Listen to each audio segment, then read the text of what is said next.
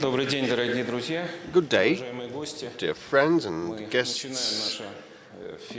We begin our final meeting. As a tradition, we host Russian President Mr. Putin for the final session. Mr. President, if you have forgotten, I remind you that it's 15th time of your 15th visit. How do you feel about that? First of all, I want to turn to the permanent participants of our event. 15 years is an anniversary. It means a lot. And I believe that the Valdai Club, as we called it, because the first events were held in Novgorod region on that soil, and in the course of that timeline, Valdai has become a good, formidable international platform, bringing together professionals that have interest in global politics, economy, culture, and mass media work with a bearing on the Russian national perspective. These people specialize in this country, and we really wanted everybody, all the professional community on Russia, to have such a platform so that we could get together, meet with each other, and straight from the horse's mouth, which means from myself and my colleagues, you could hear our stance on the major issues that are of interest for you, for your countries, and for us as well, for the Russian Federation. These discussions have always been characterized by a plethora of views, sometimes directly opposed ones, but this is, I believe, the main advantage of this discussion club. This is how we call these events discussion club, because those events having only one correct viewpoint don't have room for discussions. And, the truth is born out of comparing and benchmarking different approaches and views and assessments. And thanks to your participation, we have this plethora of opinions. I can see very many renowned politicians, globally known, on my right-hand side, former presidents, including former Afghan president, and our colleagues from Eurasian Economic Community. I can see prominent academia members, people from culture community and mass media, and I hope that today's meeting will be interesting and fruitful. And just what perplexes me and confuses me is the format of today's meetings.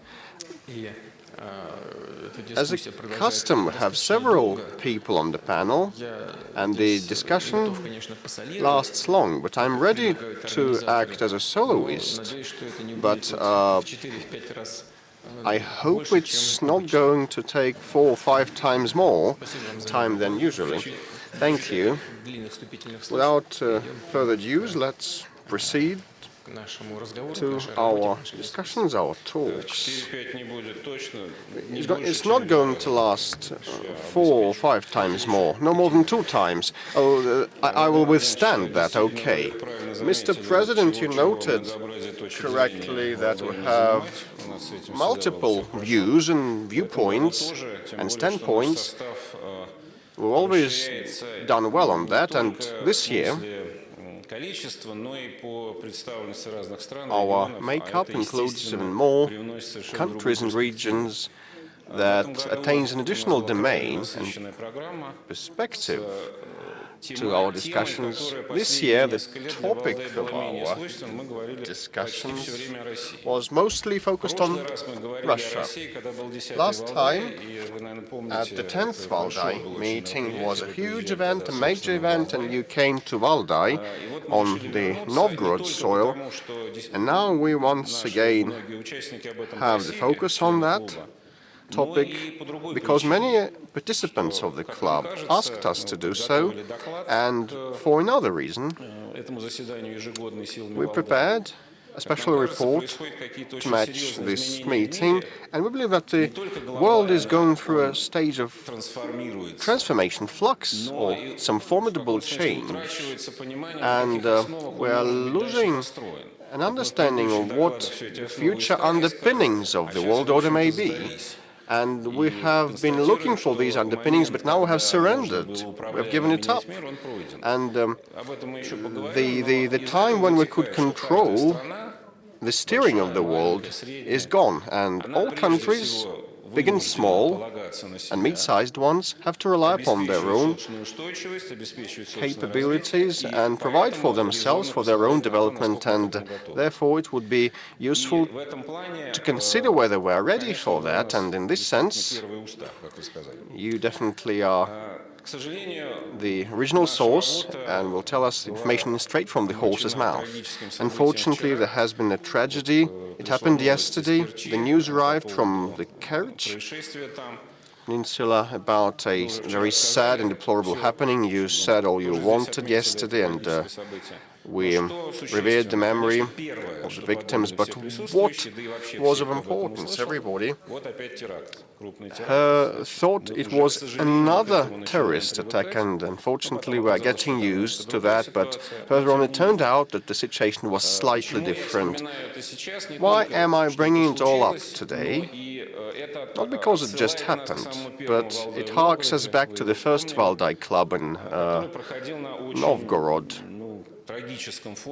That was against the tragic backdrop of Beslan tragedy. I was there. I can clearly remember those events, and everybody present ran out to watch the TV and news footages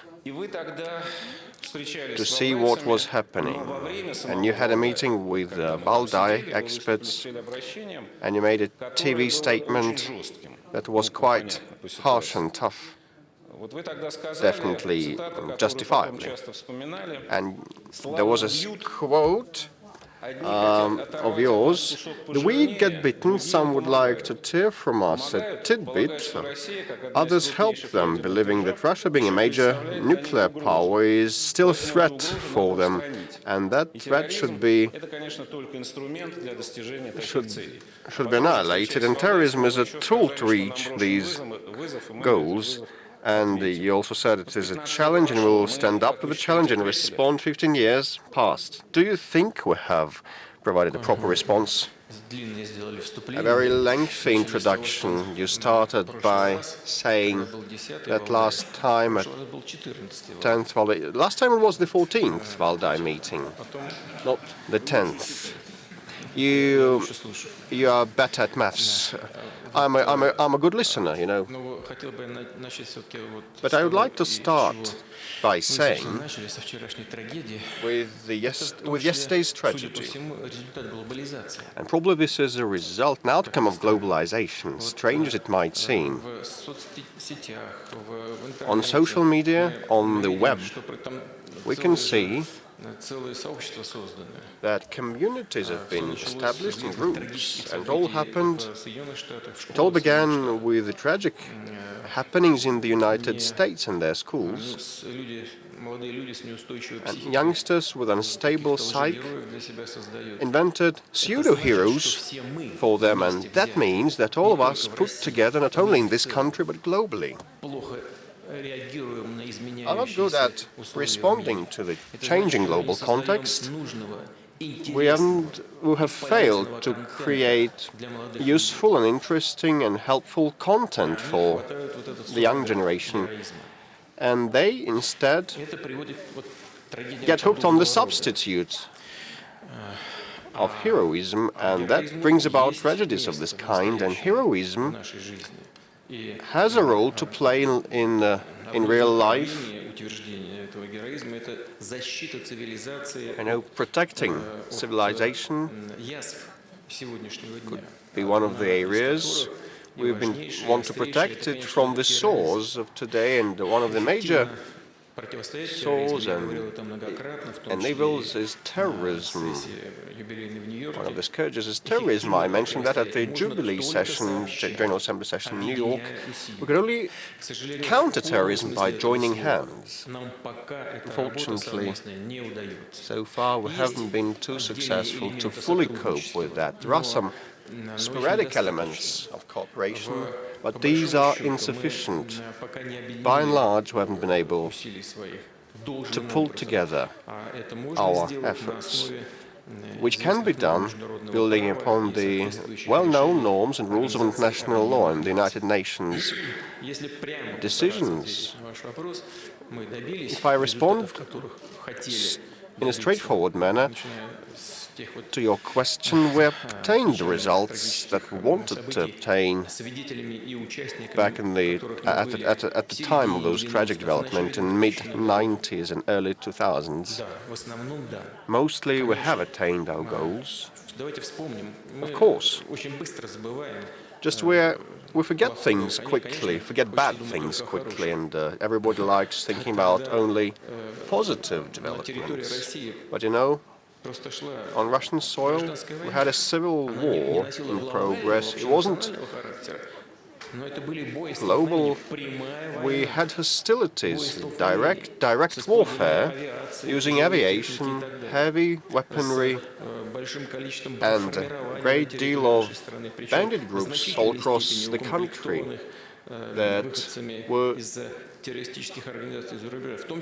hiring people from terrorist organizations from abroad, and Al-Qaeda representatives were on the ground. We got rid of that, but still terrorism is still a threat for this country as well, and hence we started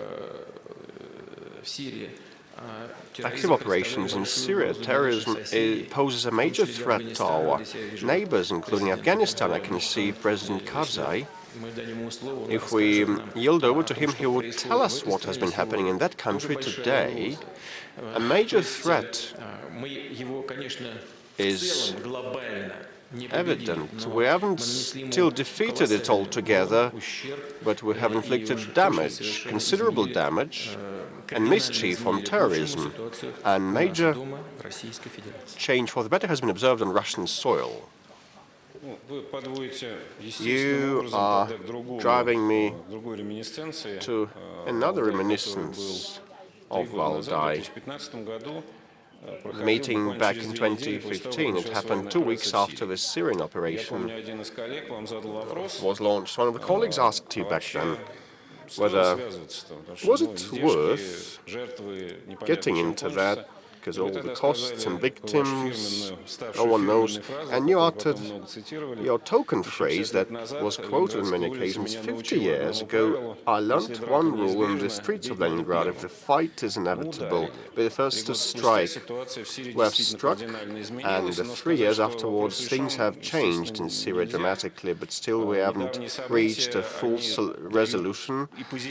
And the recent development give us both positive and negative feelings. Let me repeat my question. Was it worth taking the risk, because we have had lots of victims? I remember that question about possible victims. Yes, I said victims were possible, but we are to preclude the worst-case scenario. Which is that? What is the worst-case scenario? The full isolation, self-isolation of this territory, degradation of statehood, and infiltration of a considerable number of combatants and militants onto Russian territory and adjacent countries' territory, with which we don't have any customs controls or border, a visa-free regime. That would mean a major formidable threat and danger for us. And with our action, we have been able to preclude this from happening to a large extent. We have inflicted huge damage upon terrorists. We have destroyed A great deal of them, some of them, have given up further activities of that kind. They have laid down arms and they got dissuaded of the principles they believed to be correct. I would put that thing first. Second, we have been able to preserve the Syrian statehood and stabilize things on the ground. Yesterday we talked about that with the Egyptian president, and he shares that view as well as many other countries worldwide. So I believe that by and large we have been able to achieve the goals set forth back at the time when we launched the operation in the Syrian Arab Republic. And look what the outcome has been. Prior to us, the countries that, because of some of their goals and intents, undertook to fight terrorism, they had undertaken to fight terrorism there, reached zero, result nil. And we have been able to liberate 95% of Syrian soil in the course of these 3 years, and we have been able to restore order and the statehood, maintain the statehood there. Definitely many problems persist then. We can see what is happening south of Euphrates. Many colleagues know that this is the territory which is being managed by our American colleagues using Kurds military groups, but they failed in some places, and in some settlements there have been ISIL representatives, and they've started to spread their presence there. They have conquered 130 families there, and they have taken them hostage. Not many of you probably know that they have stated an ultimatum with certain conditions, and they have warned that if this ultimatum will not be satisfied, they will shoot 10 people daily. Yesterday, they did shoot, actually did that. They started to deliver on their threat. They executed 10 people. And this is a catastrophe. This is outrageous. We have to do something. Our colleagues are being silent. According to our data, they have taken hostage several U.S. citizens as well as European country citizens. What we hear is silence, as if nothing is happening. So there is a lot to be done there. That is true. However, our task on the whole, and I will repeat that, we have delivered on that. Next stage is political settlement using UN-based negotiations in Geneva. The Constitutional Committee is being shaped. It is going tough, but we're moving forward, and we hope to do that together with our partners in the future. You said that they were dissuaded. A number of fighters, they understood that they were incorrect. Are you sure that they lost faith in their principles? Maybe just the power, the strength won over, and they saw that the situation will change, and they decided to switch sides. Maybe so. You are possibly right to a certain extent. Some did lay down their arms and believe that they had wrong goals in front of them. Others are now trying to hide, hiding behind our humanitarian actions, and is prepared at any moment to take up weapons once again. That tells us that we all have to remain on guard and not to underestimate the threat, and to foster our joint work in fighting terrorism and terrorist ideology as well as financing. Well, let's now talk about the current issues. On the 15th October, that was the deadline for the Turkish side to do to take some measures in Idlib. Do you believe that they delivered on their promise? No, not yet. But they're working on it, and we see that. In this regard, I would like to thank our Turkish partners. We see that they are doing their part. not everything is so easy. Quite on the contrary, it is complicated. But that they are true to their commitments. This demilitarized zone that we have agreed upon about the Idlib de-escalation zone, about 15-20 kilometers deep. Not all heavy equipment has been withdrawn. Not all terrorist fighters, ISIS and Jabhat al-Nusra, not all of them have left. But our Turkish partners are doing everything to deliver on their promises.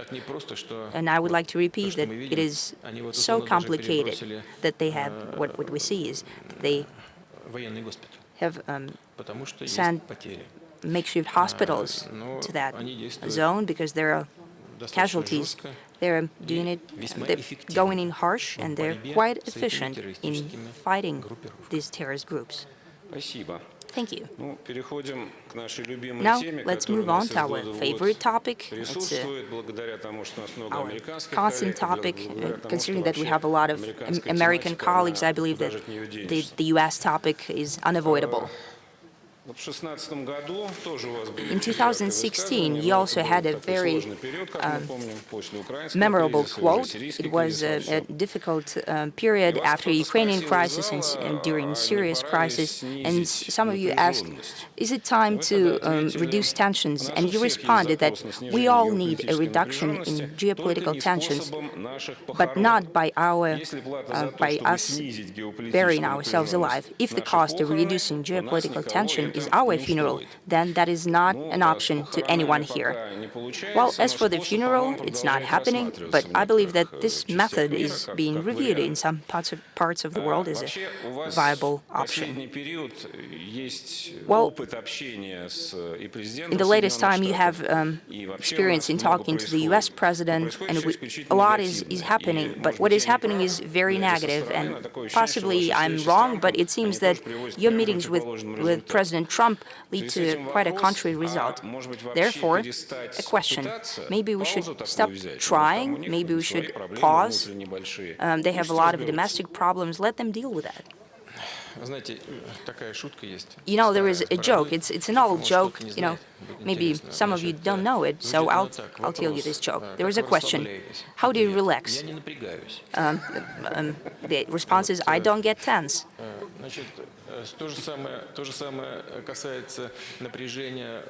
And the same goes to tensions in international affairs. We don't create any tensions, we don't create problems. Are we the ones creating problems? No. We're being blamed for something. As a matter of fact, highly likely, as it is being said, that we did this and that, we interfered there and here, but no one believes it is necessary to present some proof. For me, it is very clear, and I have said that before, this is the result of domestic infighting in the Western world on the whole. Right now, what we see is we're talking about Brexit rules, and there is also infighting in the U.S. between Democrats and Republicans, inside Republicans themselves. And someone thought that it would be a very good instrument to solve domestic bickering is to playing this anti-Russian card. This is detrimental to everyone. I hope that this time will pass. But it seems that we're going to have to wait for the domestic political crises to be solved.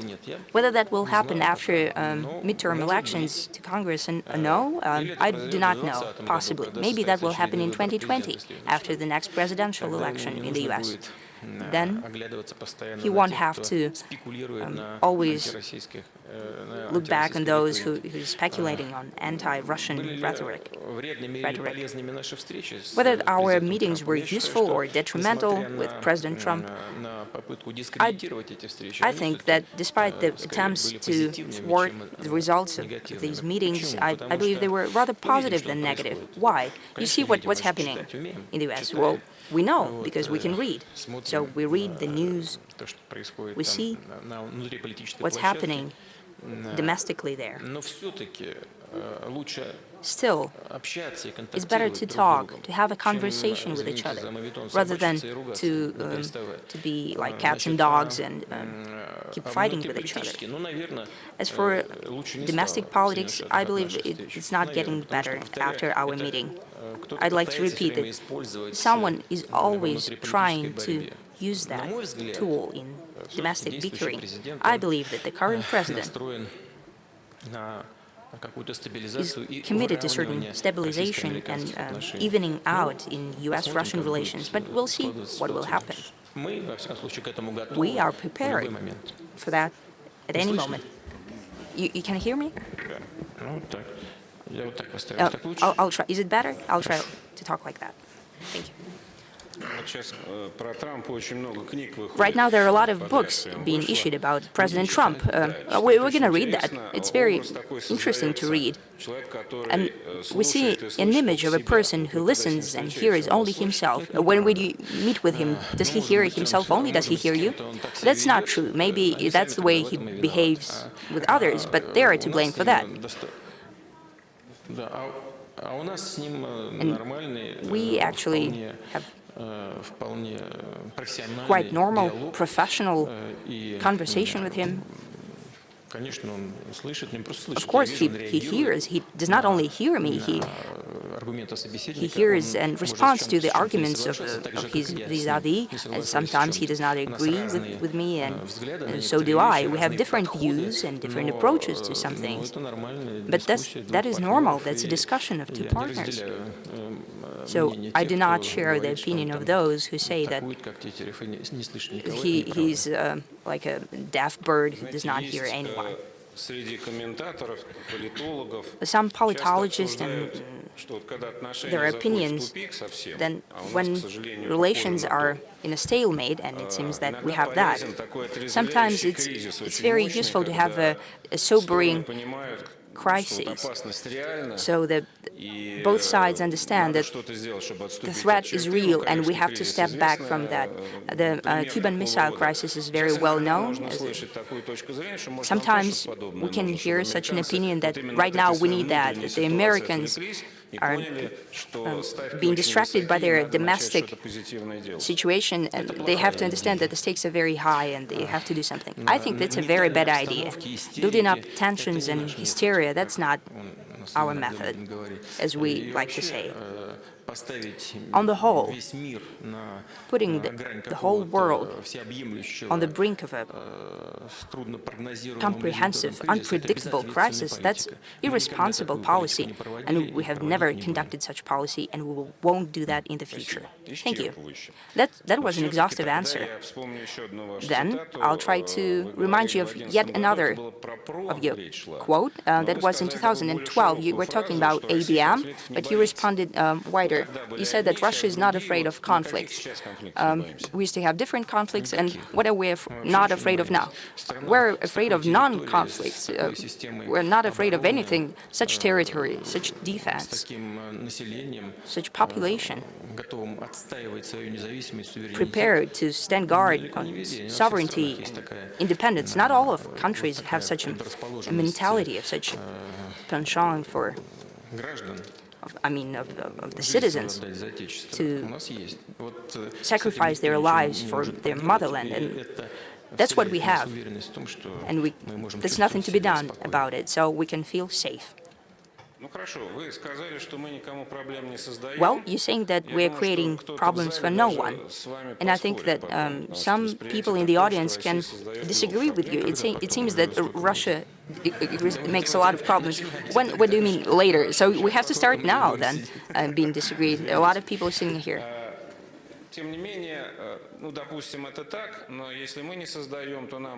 Still, it is so. If we are not creating, then we're being created troubles. Yes, indeed, they're trying their best to do that. You used to have a wonderful quote. It was a very famous quote that Russia is a bear, and the bear will not even bother to ask permission, that he's the host of taiga, and he's not moving to other climatic zones, and he will not let anyone have its taiga either. Everyone has to see that it's clear. That's it. So what are we thinking about taiga right now? Is anyone does anyone have claims to that zone? Or yet, well, it was always in place, you know. Right now, that's it, yeah. Well, listen, right now, we live in the world where the security is based on nuclear potential. Russia is one of the largest nuclear powers, and you know I've spoken about that publicly. As a response to ABM of the US being built, we're improving our striking complexes. We already have them on combat duty. Some of them will be procured in the nearest future, in the coming months. I mean the Vanguard system. Experts understand that, and it's a fact of life that we have, that we're ahead of all our partners and competitors in this sphere of high precision, hypersound weapons. No one has that. Some are planning to run tests on that in 1.5 or 2 years, testing, and we have that on combat duty. This is high-tech, modern weapons.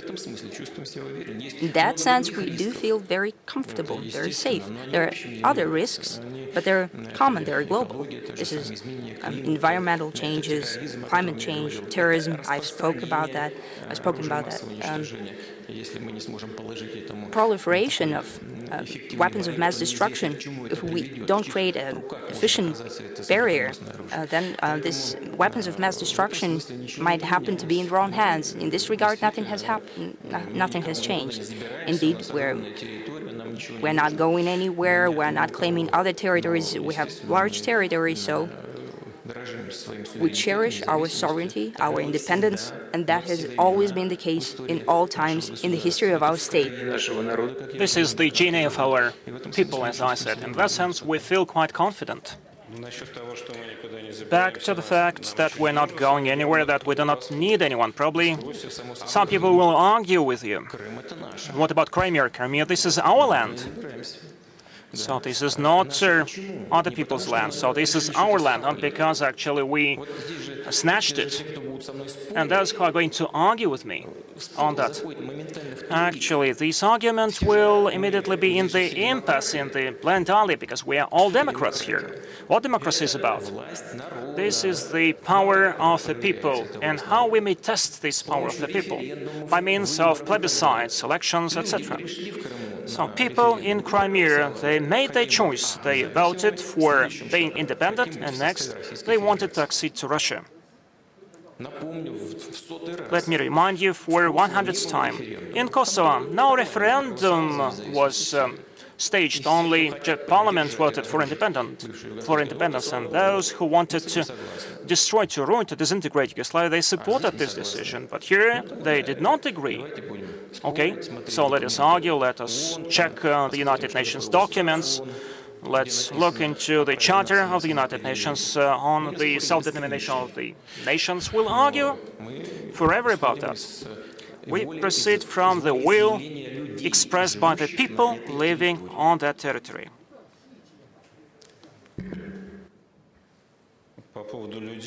Back to your statement about the people, I just remembered that back in 2013,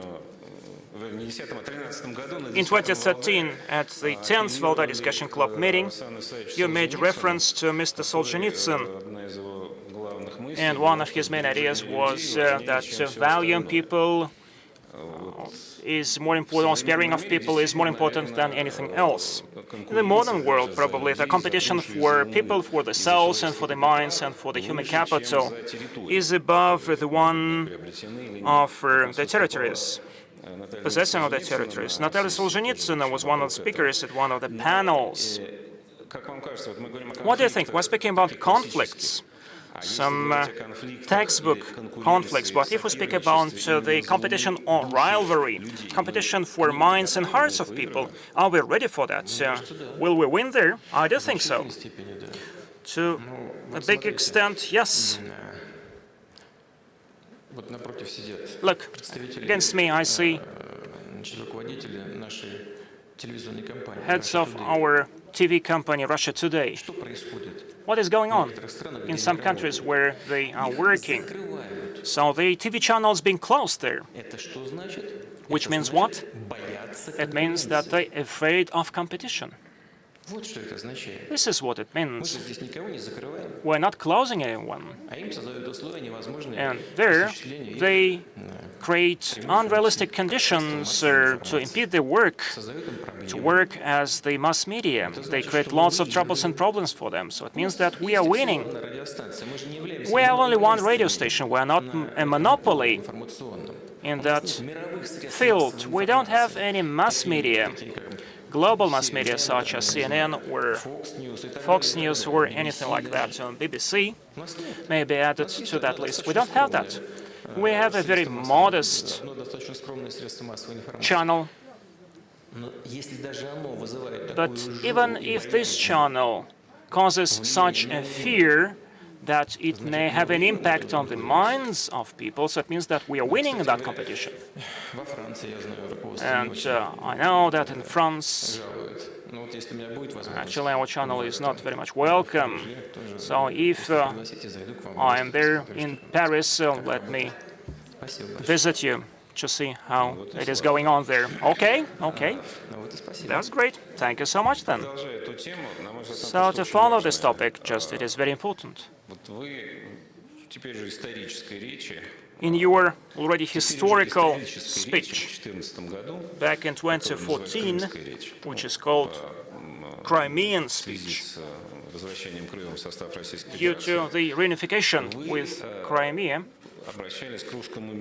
you addressed the topic of the Russian world, of fellow citizens. You spoke about separated nation, and it was a very impressive statement. But this is the way you touched upon very delicate topics, and you aroused very strong feelings, because such topics as national identity, attitude to your country, to your land, this is a very powerful weapon. It can be negative or positive.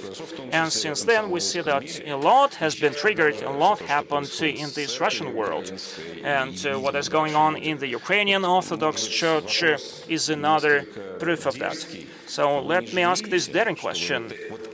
Do you regret that you touched upon this topic, that you made this statement following the results which we see now?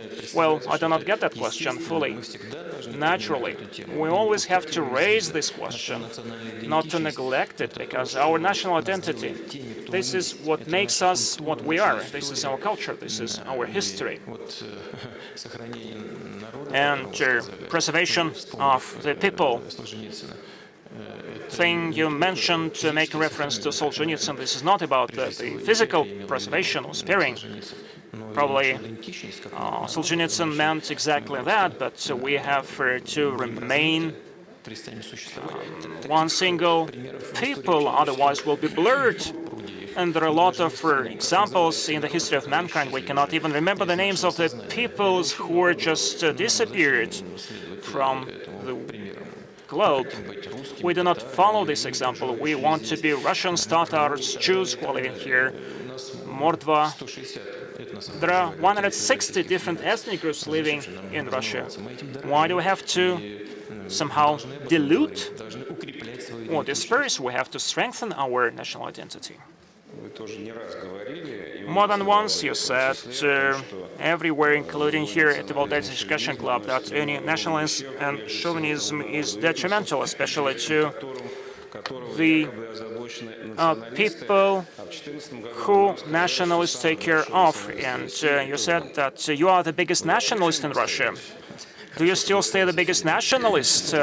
Well, you have prepared well. Yes, yes, I did. You try actually to somehow catch me. Well, let me explain what I mean. Nationalists, they keep speaking about what? What actually aces they put on the table. They state that they are the best protectors or defenders of the interests of this or that ethnic group, of this or that nation, this or that people. And in Russia, initially, from the very first steps the nation made, it was made of many nations. This is a multi-ethnic, multinational country. But a lot of people sitting in that room who are dealing with these issues professionally. I see the director of the Hermitage. He is also an expert in the Middle Eastern affairs, but still he knows how the Russian nation came about. What it started with. Actually, the Russian nation did not exist forever. It was made up of different Slavic tribes.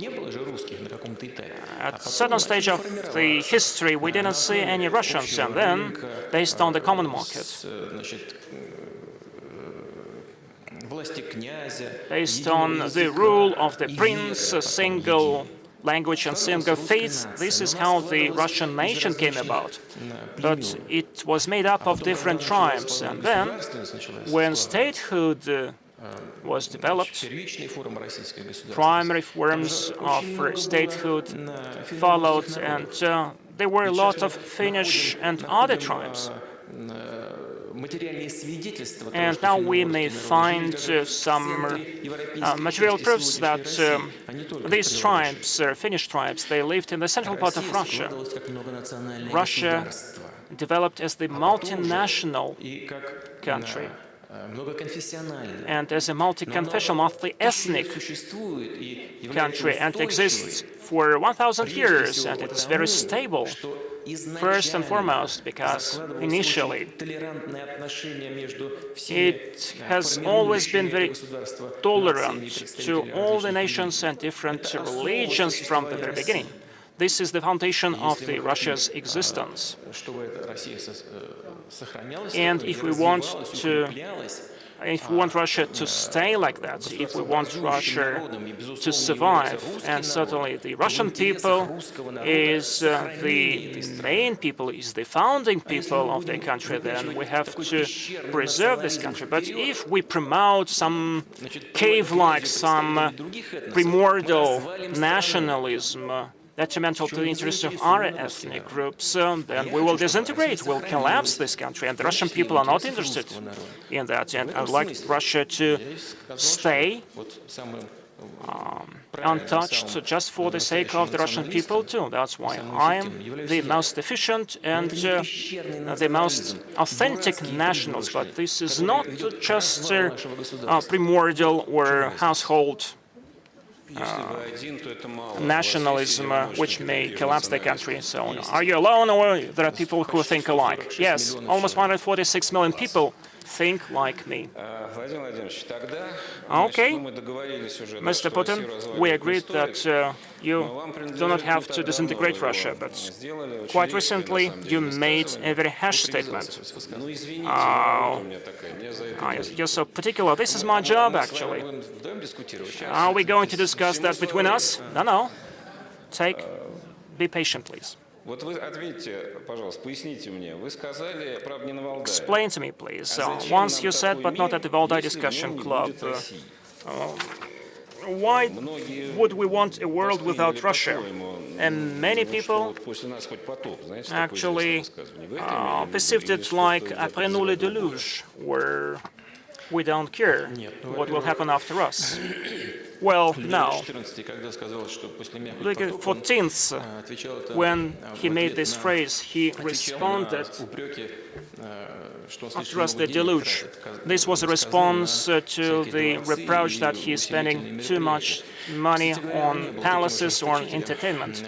He was not so prodigious because actually he left not only palaces after his death, but he was a real statehood man. He was the author of the very first regular army in Europe.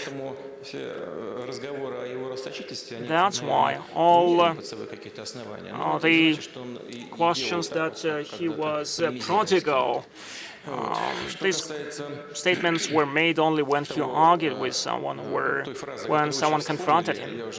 And this statement which you mentioned, probably it was the World Order, a documentary movie by Vladimir Putin. Actually, do not take that out of the context. Let me remind you what I meant. It was a question whether I am ready, we are ready to use weapons which we have, including the weapons of mass destruction, to protect us, to protect our interests. This was the answer to that question. Let me remind you what I said. Our concept of using nuclear weapons, of applying nuclear weapons, we do not imply any preventive strike. So this doctrine does not imply preventive strike, and I would like to ask all of you to take these all my words, put them on record, and use them in your further analysis. Our concept of using nuclear arms does not embrace the preventive strike. Our concept actually implies the retaliation strike. So let me tell you once again to explain what I mean. So it means that we are ready and we are going to use nuclear arms only when we make sure that someone, some potential aggressor or enemy is hitting Russia, is hitting our territory. And this is an open secret. We have set up a system which still has to be improved, the system of early warning of the missile attacks. So it means that this system may identify any launches of the missiles from any part of the world, from an ocean or from any country, and secondly, it may actually worry about where the missile may hit. And when we make sure that this is an attack against Russia, only after that we will make a reciprocal strike.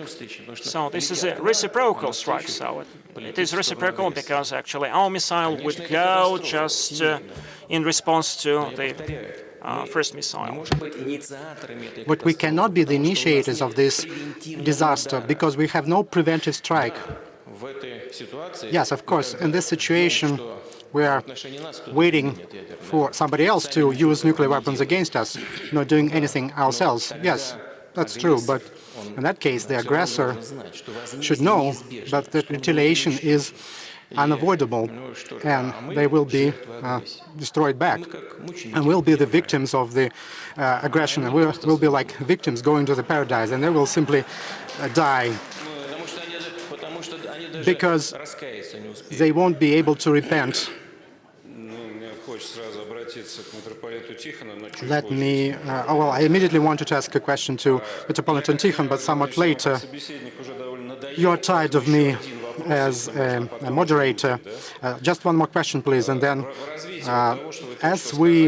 to follow up on what you just said about this strike back and what's going to hit what. Last night we had a meeting with Valery Gergiev. He is an excellent and a great musician. He is also very active socially. He spoke about a lot of things, and among other things, he said this. From his point of view, there are 3 countries and 3 leaders in the world that have this all responsibility in any order: Russia, China, the US, Russia, China, in any order. And they are the country that everything depends on. They can prevent something or they can achieve something.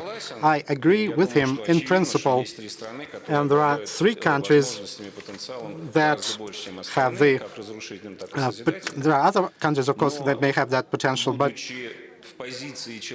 being in the position of a person who has that burden on the shoulders, are you ever afraid? Do you ever feel fear, or do you not think about it? What do you mean? That's a lot.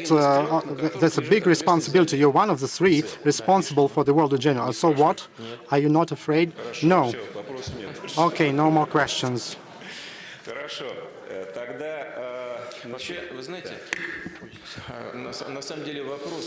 You know, the question was not easy because fear is the reverse side of this natural feeling for any biological object, for any human being, for anything that's alive, of this self-preservation instinct. The self-preservation instinct is something everybody has, and that's manifested in fear, among other things. It's a way of your reaction to potential threats.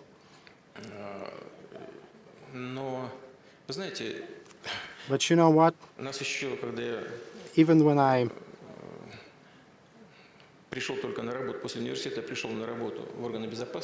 after the university, I began to work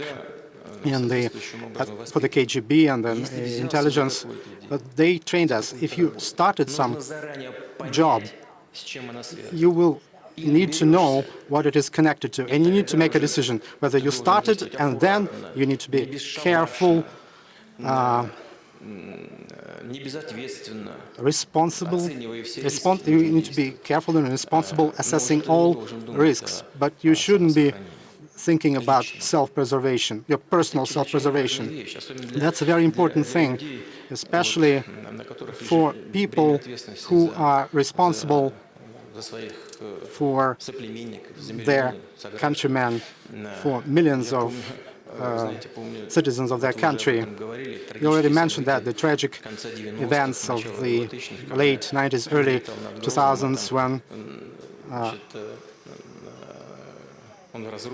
the city of Grozny was destroyed, was ruined to the ground, like Stalingrad, and they could shoot from behind every ruin, or we had to fly real low over some territories, because I never thought that the helicopters could fly so low and so fast, and didn't even think it was possible. But this was my choice, and it's my choice now, and it's like that for all my colleagues. It's something like that. Of course, but if you made your choice, you need to follow up on it without looking back to some negative consequences for you personally. You need to think about positive consequences for those for whom you are doing it all. Fear is this twofold thing. On the one thing, is what you're talking about, is your inner state. On the other hand, it's a method of governance. Do you admit it? No, it's a bad method of managing or governing because it's unreliable. The best way of governing anybody is to try to convince them and giving them positive incentives, positive motivation. You need people that you're talking to and that you communicate with.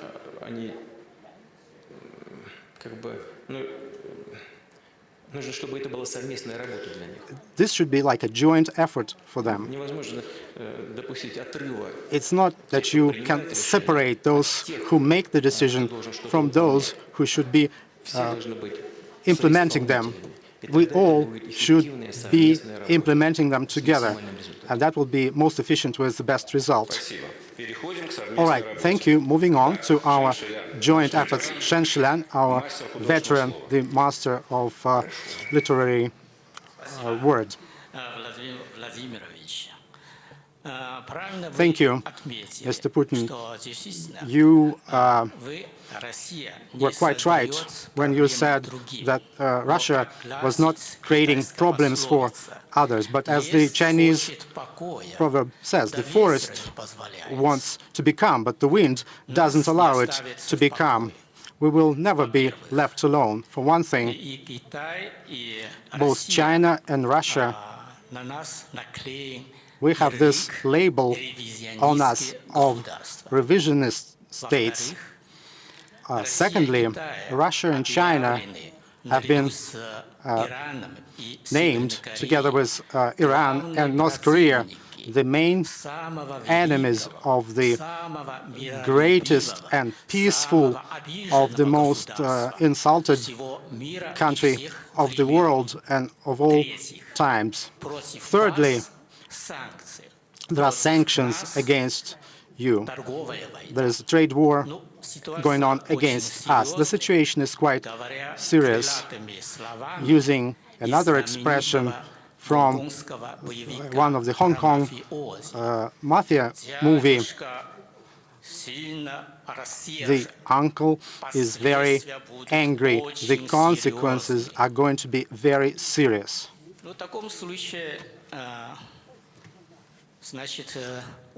Well, in that case, we have this common fate, common destiny. Let me ask you this, Mr. President. How will Russia be responding to it, and what recommendations you would give to us in China? Thank you. Our distinguished friend and colleague, I think China is just as great, and the people of China is just as great than those, whom you just mentioned. The Chinese civilization is an ancient and a great one. I don't think that China needs our recommendations. I can just express my point of view on that. You quoted this Chinese proverb that the forest wants to stay calm, but the wind doesn't allow it to stay calm. The weather changes. Time will come and the wind will calm down. I think you don't need to respond to certain things on the spur of the moment that could somehow deteriorate the situation. But of course, you need to always respond defending your interests, and that's what we do. China and Russia. Why do I say that weather changes and the wind will come down sooner or later? Those who generate that wind, they often also suffer from it. You mentioned the trade wars and sanctions. In my opinion, and there's nothing new in what I'm going to say, for some people who are in this room, the specialists will understand what I'm talking about. First of all, there's this certain rhetoric in the states connected to their domestic situation. Secondly, their domestic political calendar is what? They're going to have this midterm election, then presidential election, and they want to keep certain trends in the economy. In the midterm perspective, such actions may lead to some positive effect, but in the long-term prospect, it's unavoidable that they will face negative consequences. Whatever they're doing is impacting the global economy and impacting certain segments country-wise. There's this exchange of the so-called strikes between the US and China, each worth about $500 million.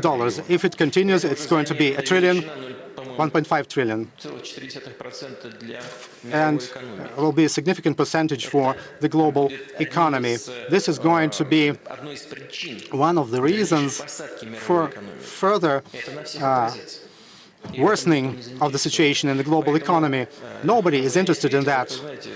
Generating wind, you can do it at a certain stage, but there will be a moment when it's no longer beneficial for anybody, it no longer makes sense. I think The Chinese civilization is ancient one. The Chinese are quite patient, and the fundamental foundation of today's China economy will allow them to withstand all that. And in terms of volume, the Chinese economy is bigger than the American one. Of course, per capita, the US economy is perhaps still stronger. There's a lot of high tech there. They implement cutting-edge innovative solutions. And both Russia and China still have room for improvement and have something to learn from our American partners, but the world is changing globally, economy is changing, the rates of growth shown by the Chinese economy are quite high. They have been adjusted a bit, of course, we see that, but they're still quite high, and that will inevitably lead to a situation when between countries in the global economy, the situation will be changing, even though it creates certain threats, not just between countries, but for the entire global economy, as I said. We are talking about the wind from the east. Here's our colleague from Japan. What do you think, Mr. Putin, what is he going to ask you about? I have no idea, neither do I. About the islands again, it's not interesting. I cannot help asking you. 2 years ago, in this very room, I asked you this question: how realistic is it to expect the atmosphere that would allow Japan and Russia to sign a peace treaty in the nearest future, in the next 2, 3, 4 years? And back then you answered like this: it is impossible to try to define such a term, because so far there's not enough trust between us for that. In September this year, during the plenary session of the Eastern Economic Forum in Vladivostok, you offered to Shinzo Abe to sign the peace agreement, not now, but until the end of the year, without any preconditions. Could you explain to us, is it now possible? Does it mean that there is already enough trust between us so that we could find that peace treaty, what you meant 2 years ago, or does it mean something else? Well, look.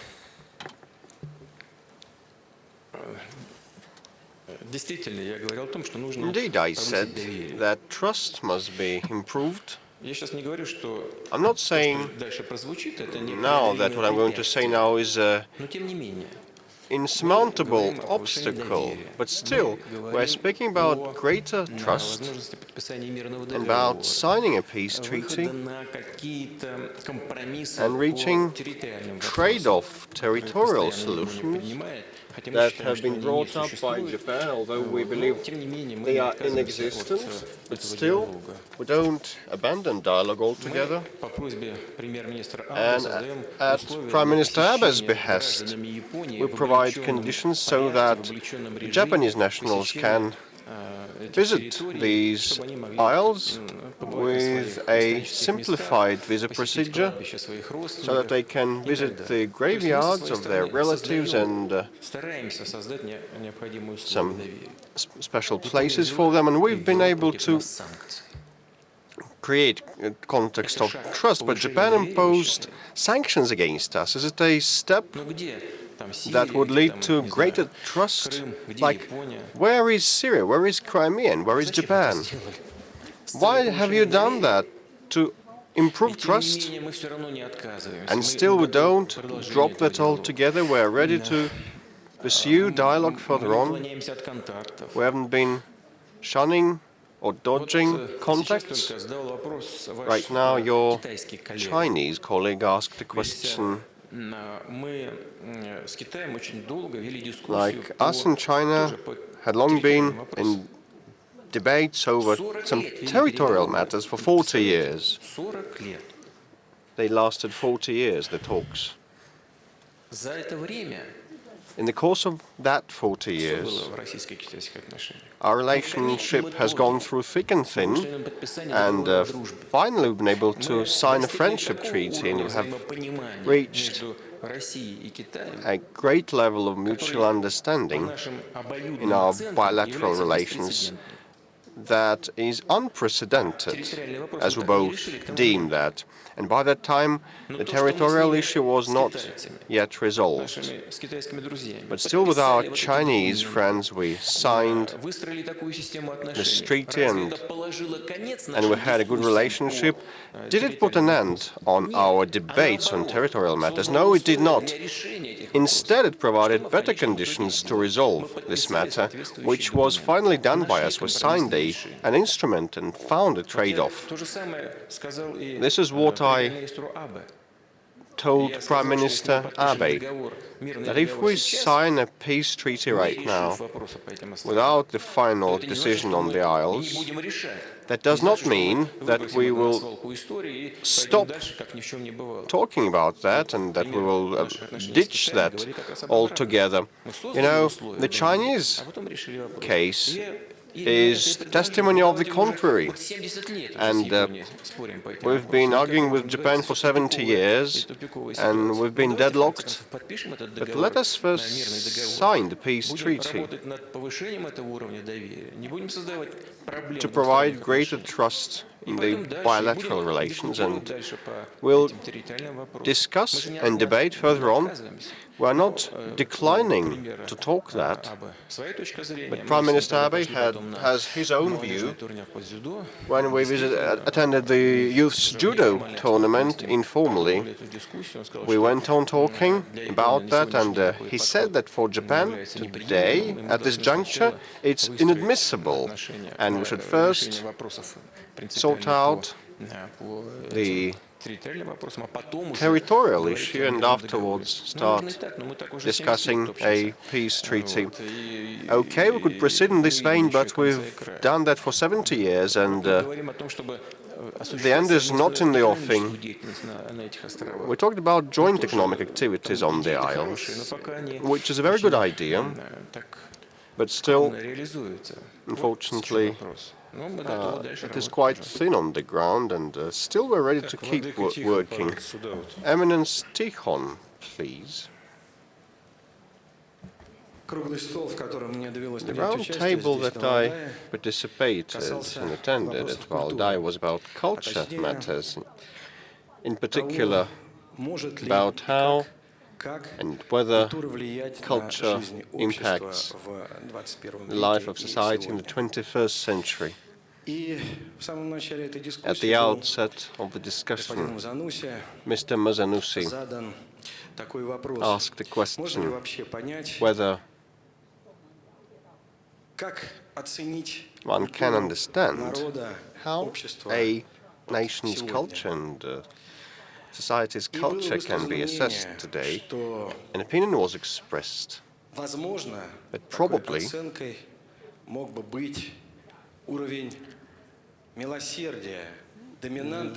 charity, the generosity level could be, the benevolence level could be one of the manifestations, one of the criteria. It was probably a rhetoric discussion, but the developments the tragic developments that happened in Kerch, although we are not fully clear about the motives of that poor individual's act, we see the intolerance and aggression mounting in here and outside. What is your assessment of the round table conclusions that mercy is probably one of the main criteria for to define the culture of society? And we have been speaking about governmental policies and culture, arguing about them, and we all know that the government cannot be tight on culture, cannot crack down on that. But whether the government can support all the historical, spiritual values that we have developed and accumulated in Russia, which are the basic cultural values, as we call them. This is what we have been doing. If I start with the latter part of your question, I believe that the government must be quite prudent in that, quite cautious.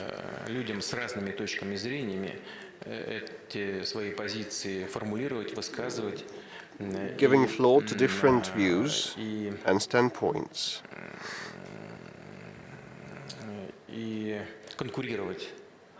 So that these compete, like with your stance. May sound unexpected, but I think that it should be done so. My sympathy goes with you, my heart goes with you, but being a representative of the government, I believe that each and every person should be able to speak up his or her mind. Why so? Because I build upon part one of your intervention, which is, what is mercy? What is compassion? It's tolerance, if we put it in modern terms. It is like striving for compromise, for a trade-off. At least one of the facets of mercy is like this. And if we say that tolerance and mercy and compassion are indicators of culture, in this case, we must be able to let people speak their mind and listen to what they have to say. Once the Eminence spoke about the Eminence Neuter Federmesser, the floor is yours. Just take the mic. Thank you very much, moderator. Thank you for inviting. And yesterday we had a debate, a very important one, about the interaction between the government and the society. And thank you for driving me and leading me towards this question. In the first half, I hope the second half is coming. You've been saying about things about war, and questions were about war, but myself representing a different facet of life. I believe that inevitably all of us will die, and I'm not, well, you know, we can die in different ways. In palliative facilities and hospices, people die in love, because when they know that it is coming and that they have little time left, they spend the time to say, "Forgive me, farewell, and I love you."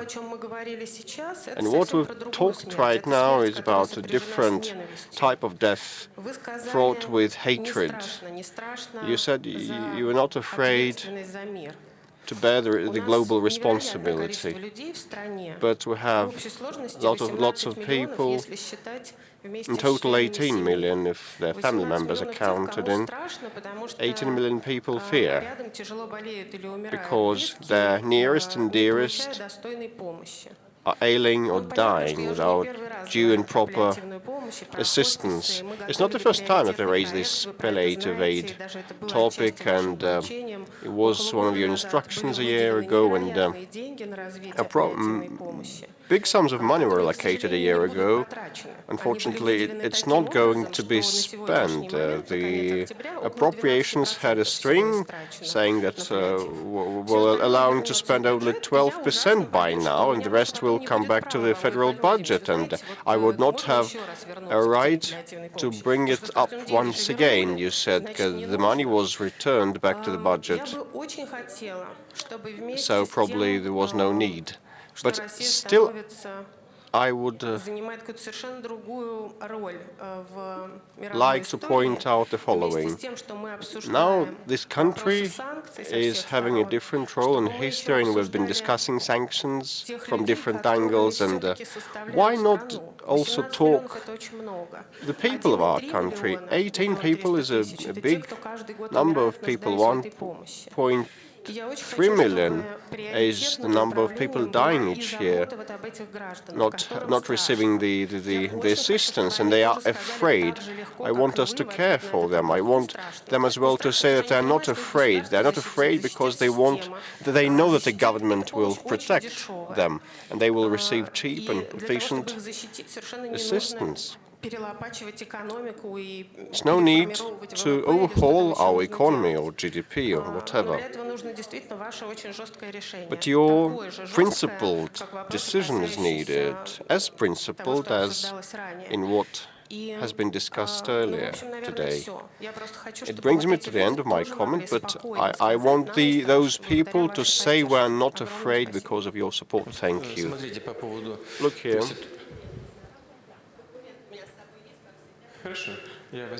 I will study them. I fully concur with you that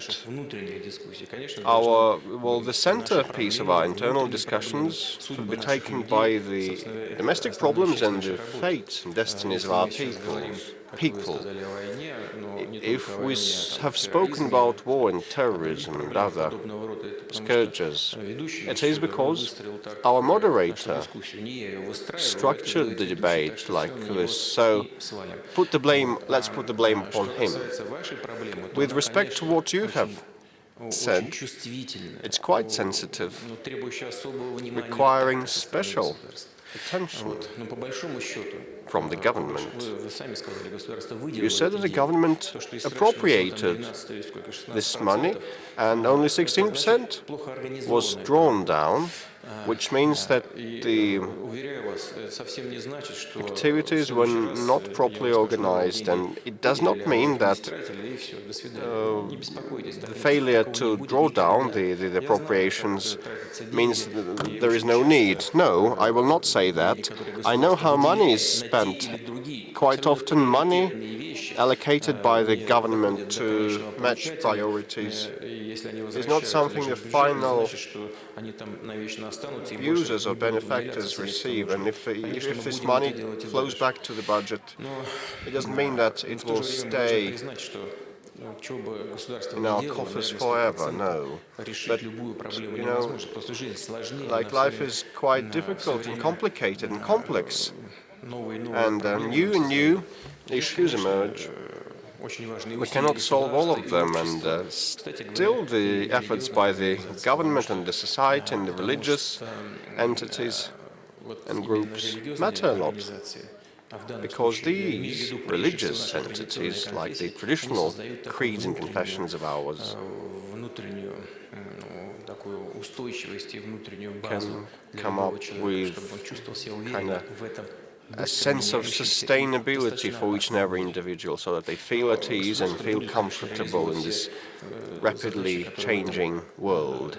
But the government definitely will be delivering upon all these goals. Definitely I will have a look at the papers that you have got at hand, and we will not turn a deaf eye on that because the money was not fully drawn down. I will try to sort out why this small percentage has been spent only. So it seems that I'm the main militarist here, so I'll try to prove you wrong. In the back of the audience, we have the most positive person in the world. He produces food, and he made an indelible impression on us here. Good afternoon, Mr. President. I'm a cheesemonger from Moscow region. And Oleg, please, don't give us the full speech. I want just to thank you for sanctions, and we used to argue along. You don't have to thank me, but you should thank Americans. We couldn't solve it, actually. Who are to thank? Obama, Merkel, but I'm going to thank you. It seems that we have a great flourishing in our food sphere, and we see 30% rise in cheese every year, and we see that we have great protections thanks to sanctions. What kind of cheeses do you produce? Hard cheeses and semi-hard cheeses. Now we're going to Munich and Berlin, and we have agreed already. So Munich and Berlin, are you going to go there? Are they going to be overwhelmed by the cheese because it's so good, or because of the smell? Because it's so good. We see investors coming from everywhere. We have Swiss partners, they're moving to Russia, they're building farms. And right now, I was asked questions at the sessions. What will happen if sanctions are repealed right now? What are you going to do? Are you going to have a catastrophe or not? So my question is the same attention to our sphere, is it going to remain in place? Because we have to plan for several years. And now a personal question. I'm a record setter in Russia. I try to bring cheese to you, but your protective unit is very good. So they took away my cheese. They probably eat very well as well. So I gave you, I don't know, did you receive my note that said, thank you for the cheese? No, I didn't get the cheese. They probably ate it. That's not a joke. I received several bottles of wine from my colleagues.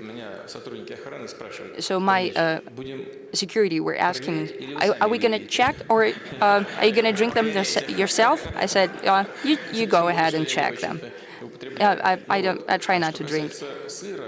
As for cheese, sanctions and repercussions, if sanctions will be repealed, well, right now we don't see that they are going to be repealed, so you can feel at ease. Now, the second thing, the longer the sanctions continue, the less chances there are for those who have left our market to come back. You understand it better than I, because you're in production. Because if you ensure quality, and it seems that you do so, if you're going to enter foreign markets, it seems that the quality is in line with, on par with your competitors' quality, but the costs of production and logistics are always going to be your upside here. It's going to be cheaper for you, so it's going to be hard for them to compete with you. Almost impossible. Ever more so if you have great relations with retail networks, with shops. They don't stand a chance. Still, you have to be prepared for that. I would like to say that out loud. You and I will allow myself to unite us here with you. Why?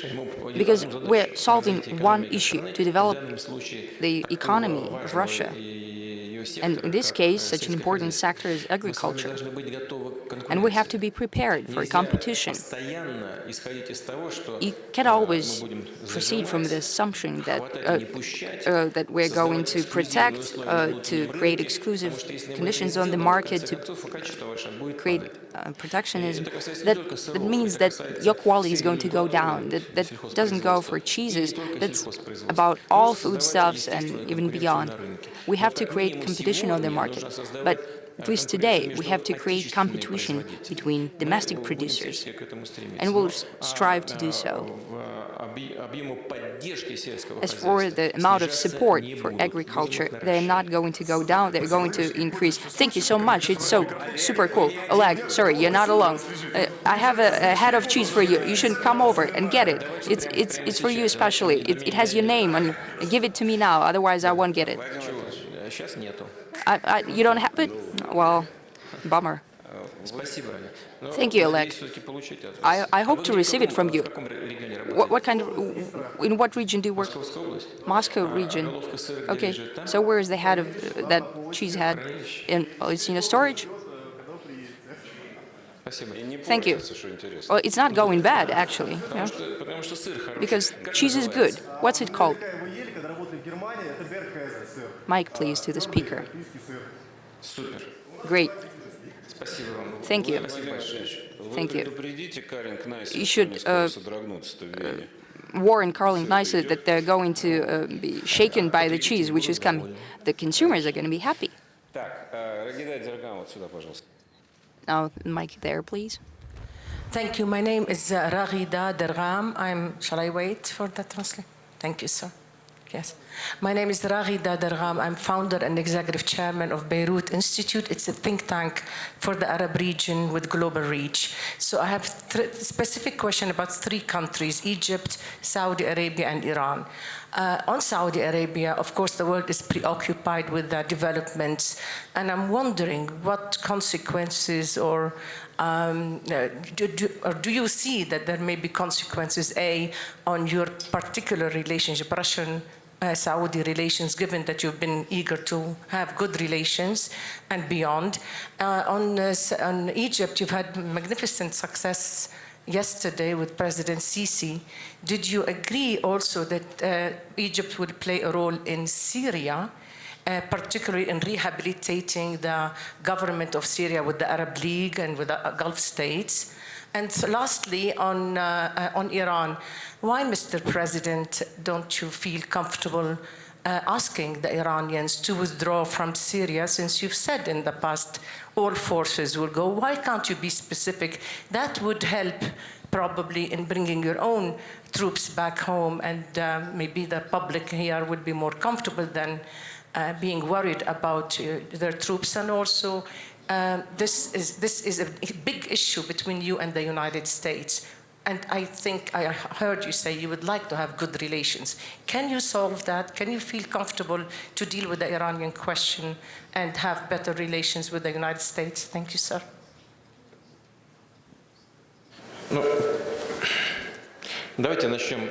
Well, let's start with the last part of your question about Iran. Worry about our troops on the territory of Syria. We'll better worry about them on the territory of Syria rather than on the territory of Russia. We better keep them, keep the terrorists at bay, further away. Otherwise, rather than do nothing and see terrorists on our own territory. They used to happen in the past, not so long ago. So we better fight them there rather than here. That's the first thing. Now, the second thing about Iran. Well, this is not our issue. Convincing Iran to leave the territory of Syria. This is Syria and Iran are both sovereign states, and they have to build relations between themselves. Yes, we have serious and deep relations with Iran and with Syria as well. Moreover, during our discussions and dialogues with our Iranian partners, did solve some issues, including pulling back of the striking systems, striking weapon systems from Israeli borders,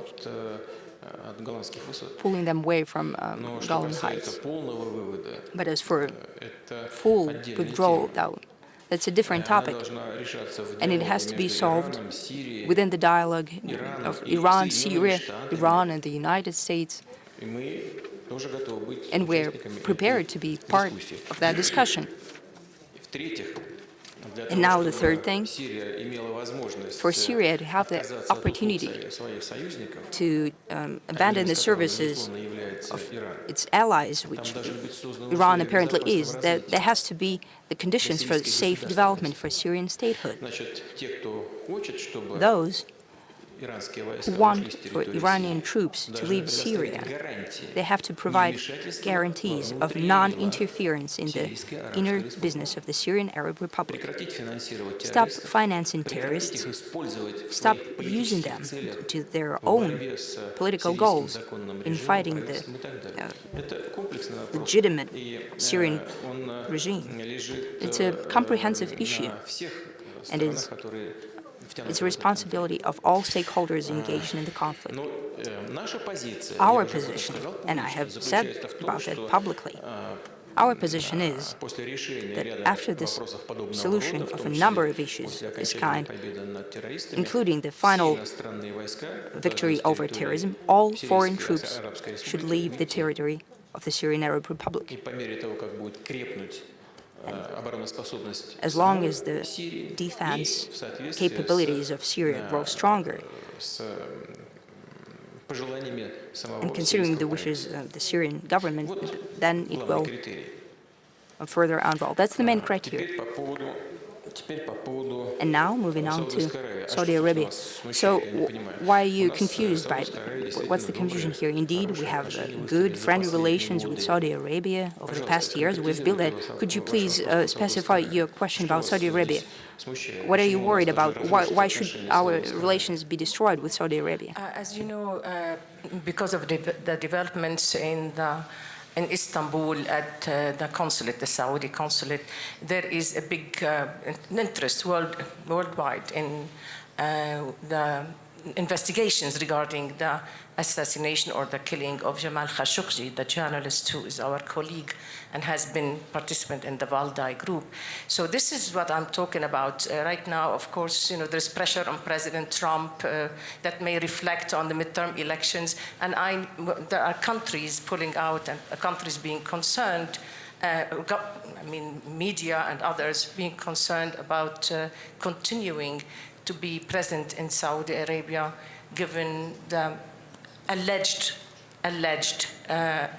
feeling that maybe some in the government may be involved in this atrocity of killing Khashoggi. That's what I meant. Do you think it will impact your relations with Saudi Arabia at all? And please don't forget also the question about Egypt. Thank you.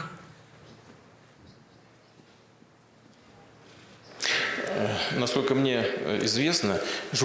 far as I know, the journalist who has gone missing, and that you have mentioned, he used to live in the United States of America. He did not live in Russia. He lived in the U.S. And in this regard, the U.S. do have a certain responsibility for what has happened to him. That is understandable. He chose the United States as the place for refuge. So what else can I say here? First, we have to wait for the results of the investigation. We, Russia, how can we start deteriorating our relations with Saudi Arabia without knowing what has happened in reality? As far as I can imagine the situation, this person was to a certain extent a part of Saudi elite. He was connected to certain circles in power. So what's happening there, it's hard to say, but we see that there are complicated processes inside the U.S. elite. And I hope that it would not come to that in the U.S., what happened in Saudi Arabia. But we do not know what happened in reality. So why we should undertake any steps in order to deteriorate our relations with Saudi Arabia if we don't know what's happening. But if someone knows what is happening and believes that there was a murder, killing, then I hope that there will be some evidence provided. And depending on that, we'll make certain decisions. That gives me the reason to say one more thing. In regard to Russia, from time to time, there are certain steps, even sanctions, under just imaginary reasons, without any proof of our alleged use of chemical weapons. As a matter of fact, we destroyed our chemical weapons, unlike the U.S., though they did undertake such commitments. There is no proof, no evidence in regard to Russia, but such steps are being taken. They're saying that there is a murder which has taken place in Istanbul, but no steps have been taken. We have to investigate into that, and we have to set certain unique and equal approaches to those issues. But again, our policy towards Saudi Arabia has been built for many years, and the person is lost, that's terrible, but we have to understand what really happened. Yep. Back to a question about Egypt. We have very good, friendly relations with this country. We have celebrated 75th anniversary of the diplomatic ties between our countries, and we not only are restoring our relations, we have already restored these relations. The quality has been restored. The connections and relations are on the rise. We have joint projects about the development of hydrocarbon economy, and we are embarking on the construction of the hydropower plant. The project is estimated $25 billion. It would be a loan, and the principal of the loan would be paid starting from 2029. So that's a very favorable. These are very favorable conditions, and this way we provide for the job for the manufacturers of our energy and power equipment, and we are investing into the Egyptian economy. We are cooperating in the area of industrial cooperation. We agreed that we would get a big land plot, 525 hectares in a very favorable location. This is where we're going to set up some pharmaceutical enterprises, timber processing plant. We will create 35,000 jobs, and the total amount of investments to be attracted there would be $7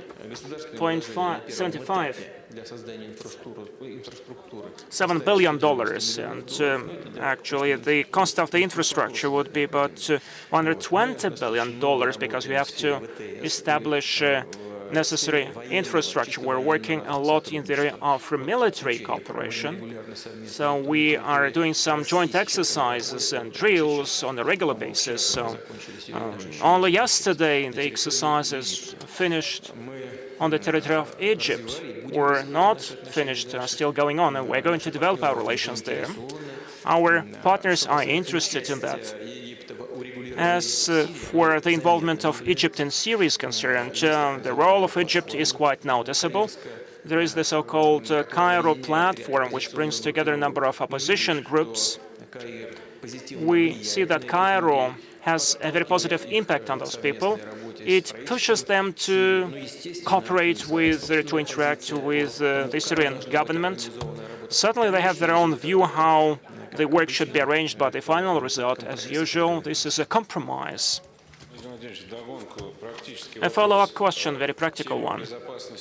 Security of flights from Russia to Egypt and from Egypt to Russia, have you already closed that question? No, you know that we have suspended flights from Moscow to Cairo.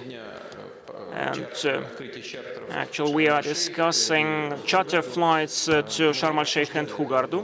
We discussed that issue with President Assisi. How do you believe that very soon these routes can be opened, but our specialists, our experts from the Ministry of Transportation and Special Services, which are providing security, along with their Egyptian counterparts, have to work on that in more detail. And I do hope that it will take place in the nearest future. Professor Talarayan, please. Georgy Talarayan from the Russian World Foundation and BRICS Studies Institute. Mr. Putin, we spoke a lot today in the morning about Eastern Asia, about the European Pacific nature of Russia. And this autumn, this fall, I do believe is quite significant for the Asian agenda, because the Eastern Economic Forum brought together all the leaders of the Asian countries and East Asian countries. I know that you intend to attend the Kuala Lumpur summit meeting. There are problems in Asia, and big ones, and one of the biggest problems is the one of Korean Peninsula. So some progress was made in that respect. Last year we discussed that we are on the brink of a war. This year we are on the brink of peace. How Russia can facilitate peace process, for instance, facilitate some agreements between Russia and between the United States and North Korea. Russian diplomacy certainly does a lot, but probably it can do more. The same is true of sanctions, because we suffer from sanctions. Our three-party project, Rajiv Hassan, suffers from that. Probably we can take certain measures about that. Thank you. You know, the situation in the Korean Peninsula in general, I think, is developing in a positive way. This is what you have noted, and this is quite obvious. And you said that everything was on the brink of a war. Now it is on on the brink of peace. We see direct context between Donald Trump and North Korean government. I do hope that it will be promoted in the near future. We know that a new summit meeting between Kim Jong-un and Donald Trump is going to take place. Hopefully it will take place. Let me express my position on that issue. I don't think that this work is going to be efficient if it is one-way street. You cannot demand full disarmament and denuclearization from North Korea without providing security guarantees. This is unrealistic. But still, everything is possible if North Korea takes the words of the United States. Probably it would be the best option to provide the détente. I'm not sure, but how Russia can play a positive role in that respect. We can implement those three prototype plans which were mentioned more than once. This is about connecting the railways from Korea to northern part of Russia, pipeline transportation from Russia through South Korea to North Korea. Some joint ventures could be set up. This would be about our contribution, because joint work in economy certainly creates necessary conditions for addressing political issues and security issues. Let us not forget that China did a lot for that.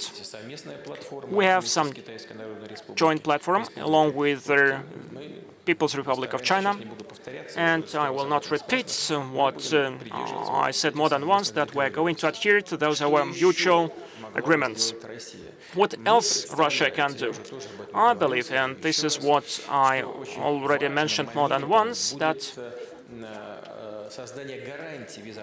providing security guarantees for North Korea would be very significant, and Russia could play a certain role in that respect. I'm sure that these guarantees, if we want them to be effective, they have to bear an international nature. We are very much interested that there are no hostilities there or skirmishes, that war does not break out there. We are neighboring North Korea. We are a permanent member of the Security Council of the United Nations, and along with China, other stakeholders, along with the United States, could certainly make certain contribution setting up and developing the system of securities. Good evening, Mr. Putin. I would like to follow this topic. Several years ago, being on a visit to Kazakhstan, President of China spoke about one Belt, One Road, and several years afterwards you spoke about connection between the Silk Road economic plan and the Eurasian Economic Union agenda. And now, bearing in mind this rift between China and the United States and other conflicts, are those economic plans still intact or not? And the second question. In August, together with your colleagues from the Caspian region, adopted a very serious document, October Convention, October Convention. It's a kind of a constitution for the Caspian Sea. How will the cooperation in the Caspian Sea be developed?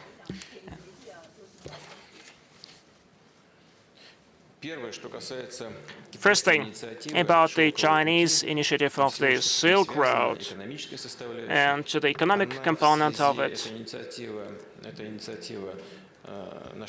This initiative was proposed by our good friend. I do believe he is our friend, head of China, Xi Jinping, is not only relevant till now, but it becomes even more relevant because all the economic limitations and restrictions, on the one hand, exercise certain pressure on the global economy and on the markets. This is a negative factor, but at the same time, these actions bring about certain windows of opportunity. Means that we, or Russia in our case, can get some additional niche market. Probably, just as an example, not the most important one, but still, for instance, Americans are supplying soybeans to China, and we are going to enter this market step by step with our own soya beans. And we'll give an opportunity to our Chinese partners to plant soya in the Far East if they want to invest into this area of agriculture. Or, for instance, aircraft building. Aviation industry. China was the biggest buyer of Boeing aircraft, just like Russia. And now we facilitated the development and construction of the big hull aircrafts, and we are going to develop and construct heavy helicopters. We are going to jointly work on some space programs. We have a big turnover in terms of military cooperation, and we agreed that we will not only sell, but we will also transfer technologies. We are very much interested in that, and certainly this is not detrimental to our security, no doubt. And I also bear in mind the level of confidence in our relations. Development of infrastructure is very important for the region in general. That's why we welcome, in the framework of this Chinese initiative of the Silk Road, we welcome participation of our Chinese friends in development of the Northern Sea Route. So the Silk Road Fund is one of the shareholders of our new enterprise on LNG in the Arctic region. This enterprise was set up by Novatek along with French Total. This is a very specific case. So the enterprise has been set up and it is working already. And because of the sanctions, this initiative doesn't lose its relevance. On the contrary, it acquires more significance. The level of trade turnover with the European nations, by the way, it is going up. So it dropped almost 2 times, but now it is going up. And we see an accelerated growth in the trade turnover with the Asia-Pacific region.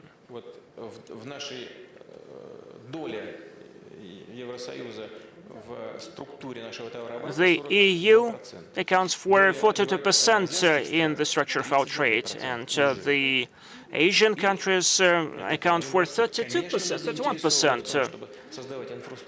And certainly we are interested in setting up infrastructure, including railway infrastructure, and expanding Trans-Siberian Railway and Baikal-Amur Railway.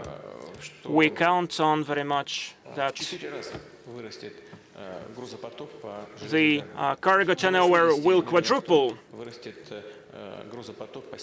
and the cargo turnover, cargo flows would increase dramatically in case of Northern Sea Route.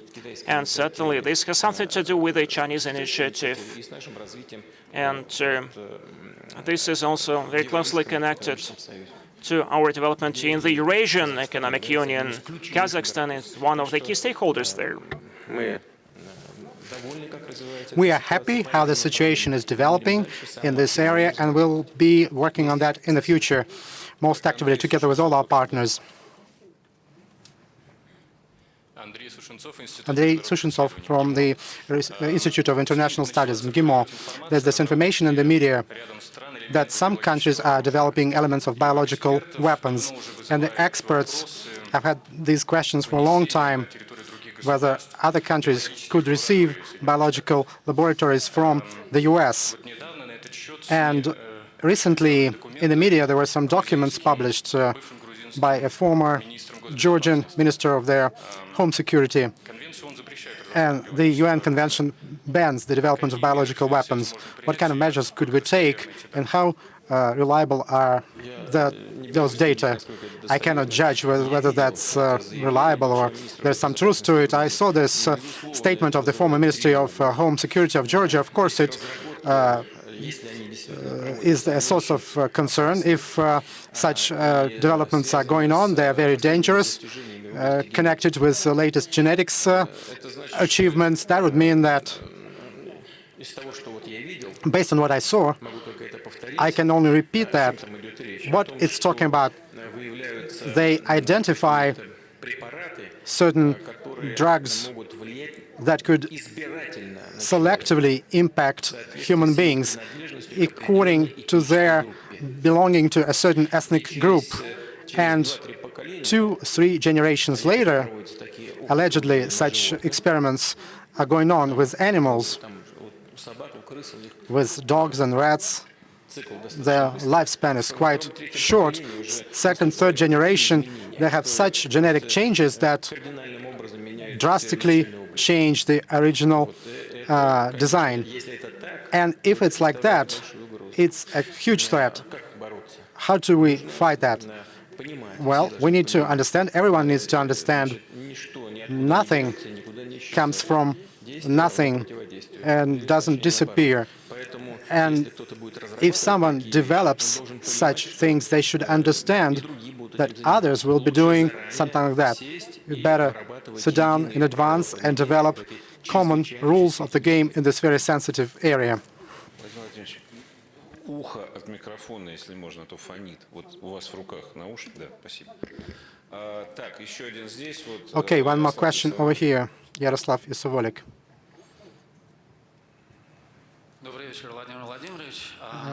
Mr. President, good evening. As we discuss tonight, you already mentioned the reorientation of trade flows of Russia towards the east, towards Asia. But how are those trade flows could be expressed in other currencies, not in dollar? Is it possible to ensure this de-dollarization of global economy? There are different opinions. This is discussed not just in Russia, but internationally. It seems like since the role of dollar in the latest decades is overestimated, there's room for de-dollarization. But on the other hand, volatility of emerging market currencies presents some problems. Your opinion about de-dollarization of the global economy? We are not reorienting our external trade flows from Europe towards Asia. It happens naturally. We don't do anything artificially. All right, we had the trade over with the EU, 450 billion euro. Now it's below 300, 250. But there's some growth. Last year we had, I think, 23% growth last year. This year, first 8 months, 22%. In Asia, this growth is a bit quicker, the growth of trade turnover. That's why in the structure of trade turnover of Russia and the EU, it's 41%. With Asia, it's already 31%. And pretty soon they will be equal. As for using dollar for international settlements, it's not just me who is talking about it. Look at the President of France, who said something like that. He said, Europe should increase its economic and financial sovereignty. What does it mean? It means abandoning dollars. And France is one of the largest trade partners of the US. I recently said that our American friends are cutting the branch on which they're sitting. They are doubting the reliability of dollar as a universal means of settlement. Let me repeat that again. That's a typical mistake of an empire. Why? I am not trying to insult or scold anyone. Empires often think that they can make some little mistakes, they can, they can survive some costs because they are so powerful that it means nothing. But the number of these little mistakes keeps growing, and there comes a point when they cannot deal with that anymore, neither in security nor in economy. And it seems like our American friends are undermining the trust in dollar as a universal payment tender, as a reserve currency. And now everyone starts thinking, the countries of the EU, they want to trade with Iran. They don't think that Iran violated something in their nuclear deal with the international community, and it did not violate anything. But the American partners decided they needed to revise that agreement. So the Europeans disagree. But no, against anyone who is going to cooperate with Iran, they're going to introduce secondary sanctions. Why would companies lose something if they already work in the American market? In any case, someone will leave, and someone who is not connected with the American market will gladly continue working there, but they will need settlements. That's why they're trying to invent something besides SWIFT, the international settlement system that exists. That's why they are turning more and more towards settlement in national currencies. Yes, you are right, in the sense that the volatility in emerging markets of national currencies in emerging markets is quite significant. It's unavoidable. But there are instruments that decrease that volatility. For example, within BRICS, a pool has been created, a pool of national currencies, and there's a joint bank there, and so on. These instruments are being created. Well, of course, this bank is incomparable in terms of its capacity with International Monetary Fund, but I think it's something going in that direction. At least, yes, there is volatility, but if you keep thinking about it, and they started to think about all the time, it's like an element of insurance, of hedging risks, and something will be invented along those lines. And it's quite possible, even now. I'm not going into details, but with some countries, we already found some instruments how we can be doing it, avoiding such risks. You could do that. It's not going to happen tomorrow. And our companies in the oil and gas sphere, in the hydrocarbons, they don't want to abandon dollars today or tomorrow, switching to national currencies only. But if those tools are invented to abandon dollar, to avoid the currency volatility, as soon as it happens, it'll be really hard for the dollar as a universal payment unit, settlement unit. Let's see what's going on, what's going to happen. We are definitely moving in that direction, not because we want to undermine the dollar, but we want to ensure our own security, because there are all these sanctions against us all the time, and they don't allow us to work. That's why we reduced our international reserves in dollars. The central bank had to remove dollars. Why are they doing it? They could have reached their goals without undermining the confidence in their own national currency. It would be smarter, if you ask me, but many in the US follow that route. I think it's a major mistake. We have people in the room who know how to live without dollars. Ambassador Sunjapur from Iran. Thank you, Mr. President. I'm Kazem Sajjadpur, Institute for Political and International Studies, Tehran. Thank you again. I have a question about militarization of Middle East. 3 facts. First, there are military activities in Syria beyond the control of Syrian government. Second, there are people in the United States emerging who were responsible for invasion of Iraq and no cons. Third, there are some actors in the region who really want a military confrontation, bringing US to a broader military confrontation. how do you see the picture and how would be the U.S. response? Do you feel there is more militarization in the region and this militarization need to be contained? Thank you.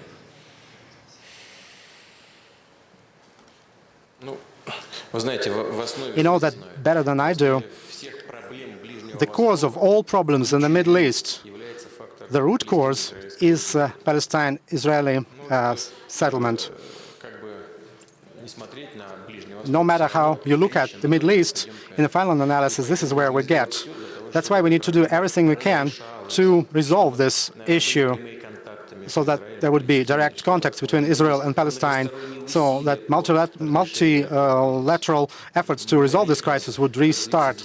It's going on for decades now. That's one thing. All right, there are new crises related to terrorism. And the activities of our American partners do not contribute to the improvement of the situation in this area.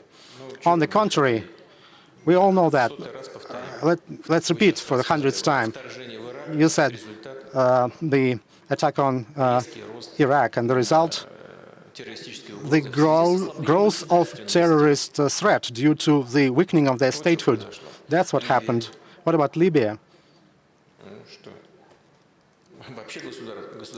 There's no state there anymore.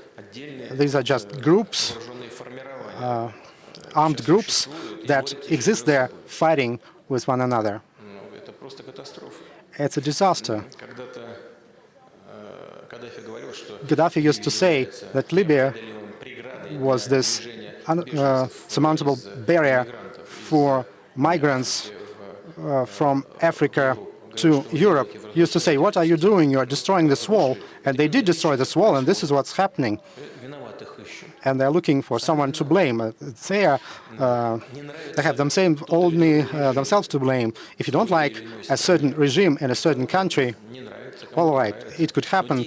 But to act like this by destroying the existing regime without offering anything in return, or by offering something that for a certain nation, due to their historic course, is unacceptable or could not be implemented, it's absolutely immoral policy, irresponsible policy that leads to such results. Without interfering in the affairs of other countries, we could, of course, like someone or support someone, but it should be based on the internal processes in the country itself. Yes, it requires patience. It requires a delicate approach to the situation as it's developing, but it cannot be otherwise. When you try to impose from the outside of anything on anybody, leads to really heavy consequences, as it happened in Libya or in Iraq.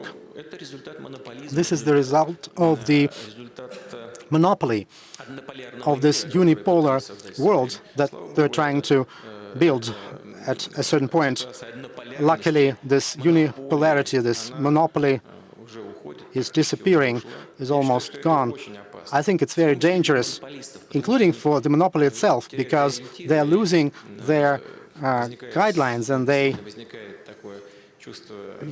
you get the sense of impunity, that you can do anything, and it's always dangerous, leading to hard consequences. At least at a certain level, when we deal with the Syrian crisis, we have had some working, rather efficient interactions between Russia, Iran, Turkey, even though our assessment of the situation is different, but we could do it. We have established pretty good relations on the working level with all participants in this process, including the US. Incidentally, the American military behave much more responsibly than some of their politicians. Hence, all that provides some conditions to improve the joint work. Militarization is always bad. It's a volatile region. We know Turkey's claims against the United States that has been arming different groups. We see what has been happening. And I said on the left bank of Euphrates, what is happening there? Arms are supplied. Money is paid to the military groups, and they haven't been able to eliminate this threat altogether. 700 people were taken hostage. It's a disaster. Unfortunately, these things are happening. We should work in concert. Mr. President, you've been speaking about monopolism, but in the United States, back then, at the market, monopolies were unbundled artificially. Probably in politics, we should resort to these practices as well, you know. Now it is said about the Istanbul tragedy and unbundling. These are grave developments about some quasi hardline action, and life will make us work in concert to eliminate joint threats. Tim Poulton. Thank you very much. Timothy Colton from Harvard University. I have a question about Russian public opinion. As is well known, since you became leader of the country all those years ago in 2000, you've had very steadily positive ratings in the eyes of your fellow citizens. Approval of your work in office is usually higher than 60%, and sometimes as high as 80%. So this is quite extraordinary. But Russian sociologists also ask questions, well, a number of other questions, but one in particular, which is very interesting, and that is about a question about the direction that the country is taking. And if we look back, we have this information all the way back to the 1990s. There's often a rather large difference or gap. That is, it's very commonly has been the case that support for you personally coincides with many Russians actually thinking that the country is going in the wrong direction.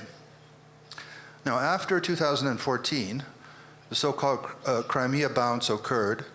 Your ratings went even higher than usual. But at that point, for several years, more Russians, a lot more Russians, thought that the country was going in a positive direction and not in a so-called tupik. But this has changed this year. All of a sudden, it seems more Russians think that the country is going in the wrong direction, even as they continue to support you.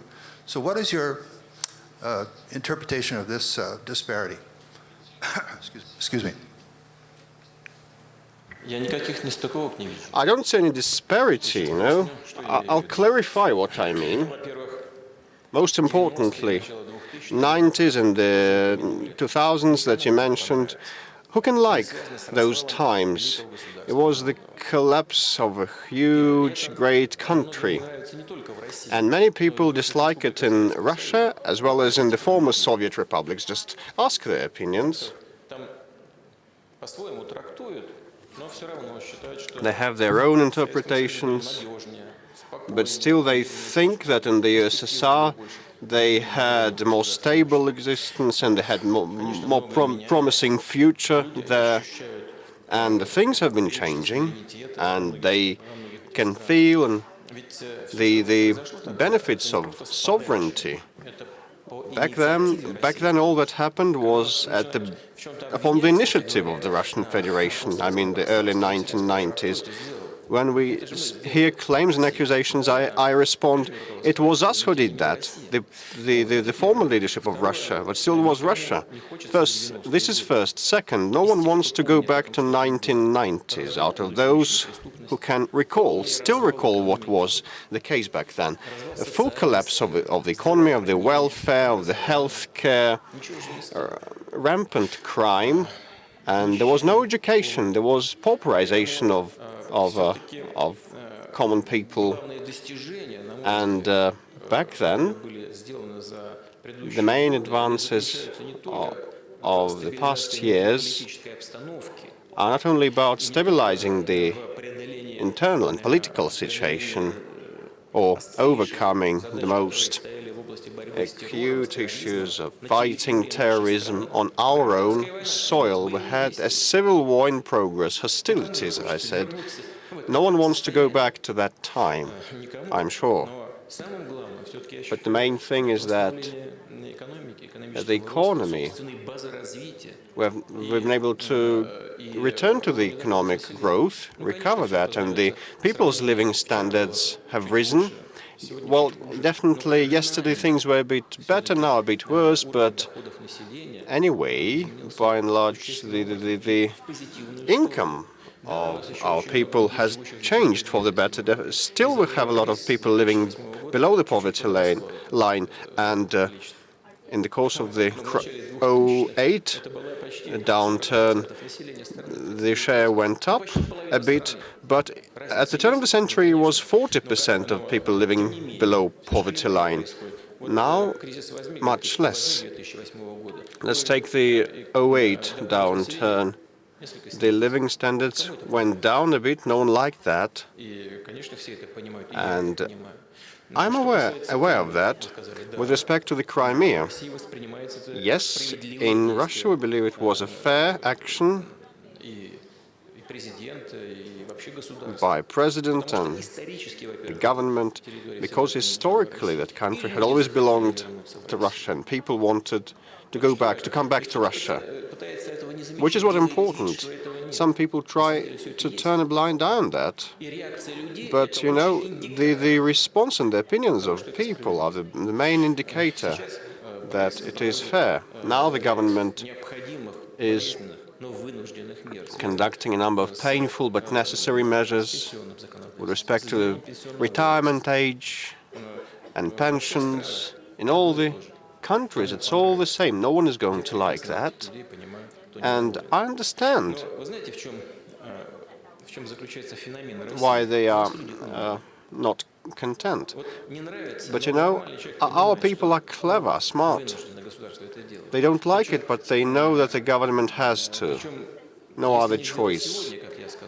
Unless we do that today, we'll do it tomorrow. Anyway, we'll have to.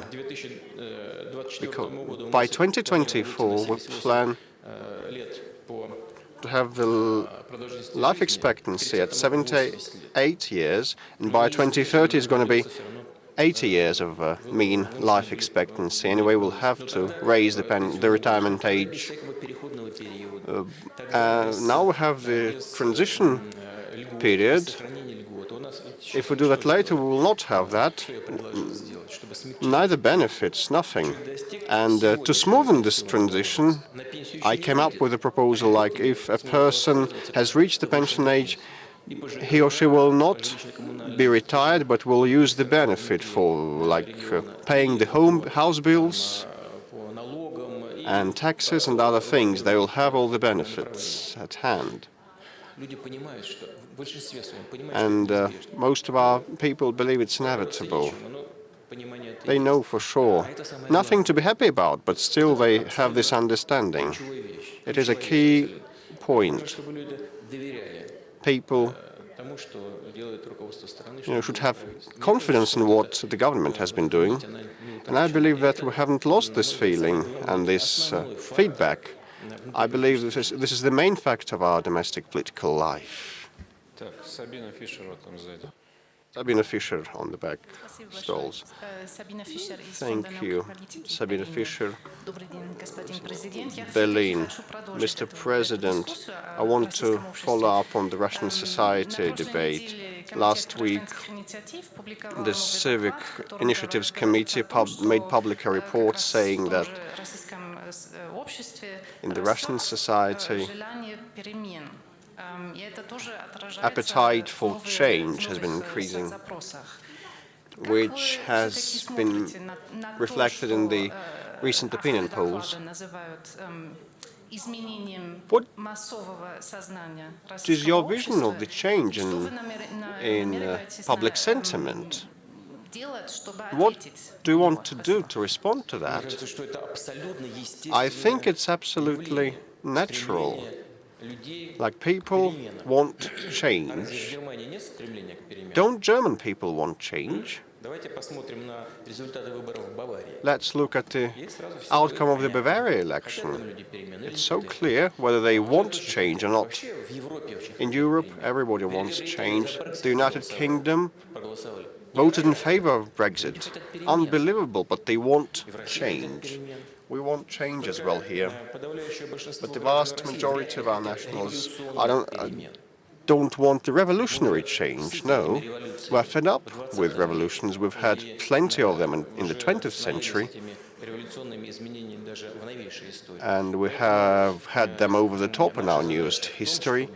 So, anyway, what we need is to have the timely change, what we have been doing, by the by, and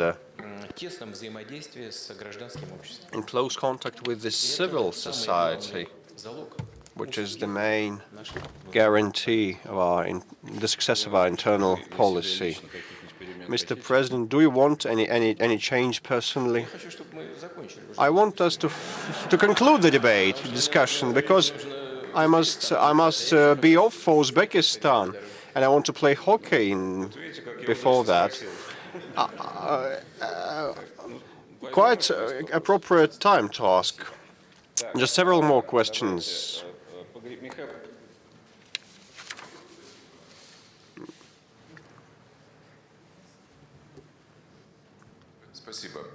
Thank you, Mr. President. I think we wouldn't have the full-fledged talk, but let's mention Ukraine. Without that, we wouldn't have a complete discussion today. Sergei Viktorovich discussed the homeostasis situation in great detail, but will you utter some words of optimism? And the authorities of my country have been doing their utmost to deadlock the issue. The United States and the person of Walker put their shoulder to assist that, and the Normandy format is at a standstill, and nothing has been happening there. Do you think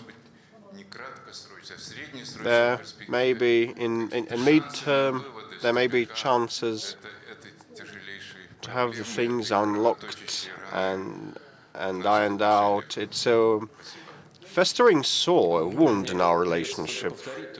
I will just have to repeat what I said before.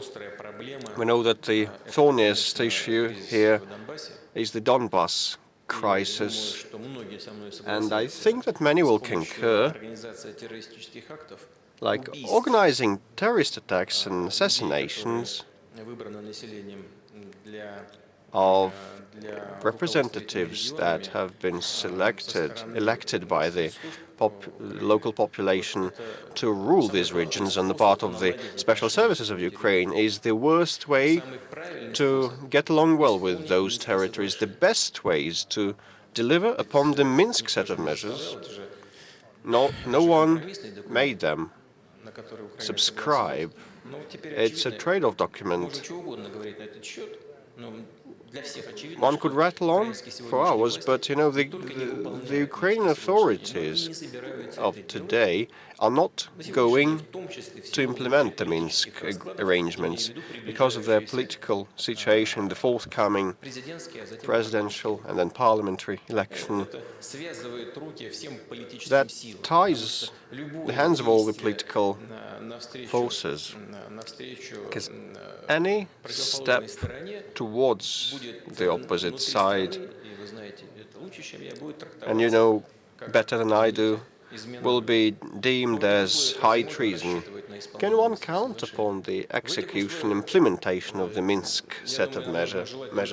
Within this context, we should only desire and wish one thing: there should be no temptation, there should appear no temptation to aggravate things and use the aggravation in the internal political struggle in the view of the presidential and parliamentary elections. This is what we have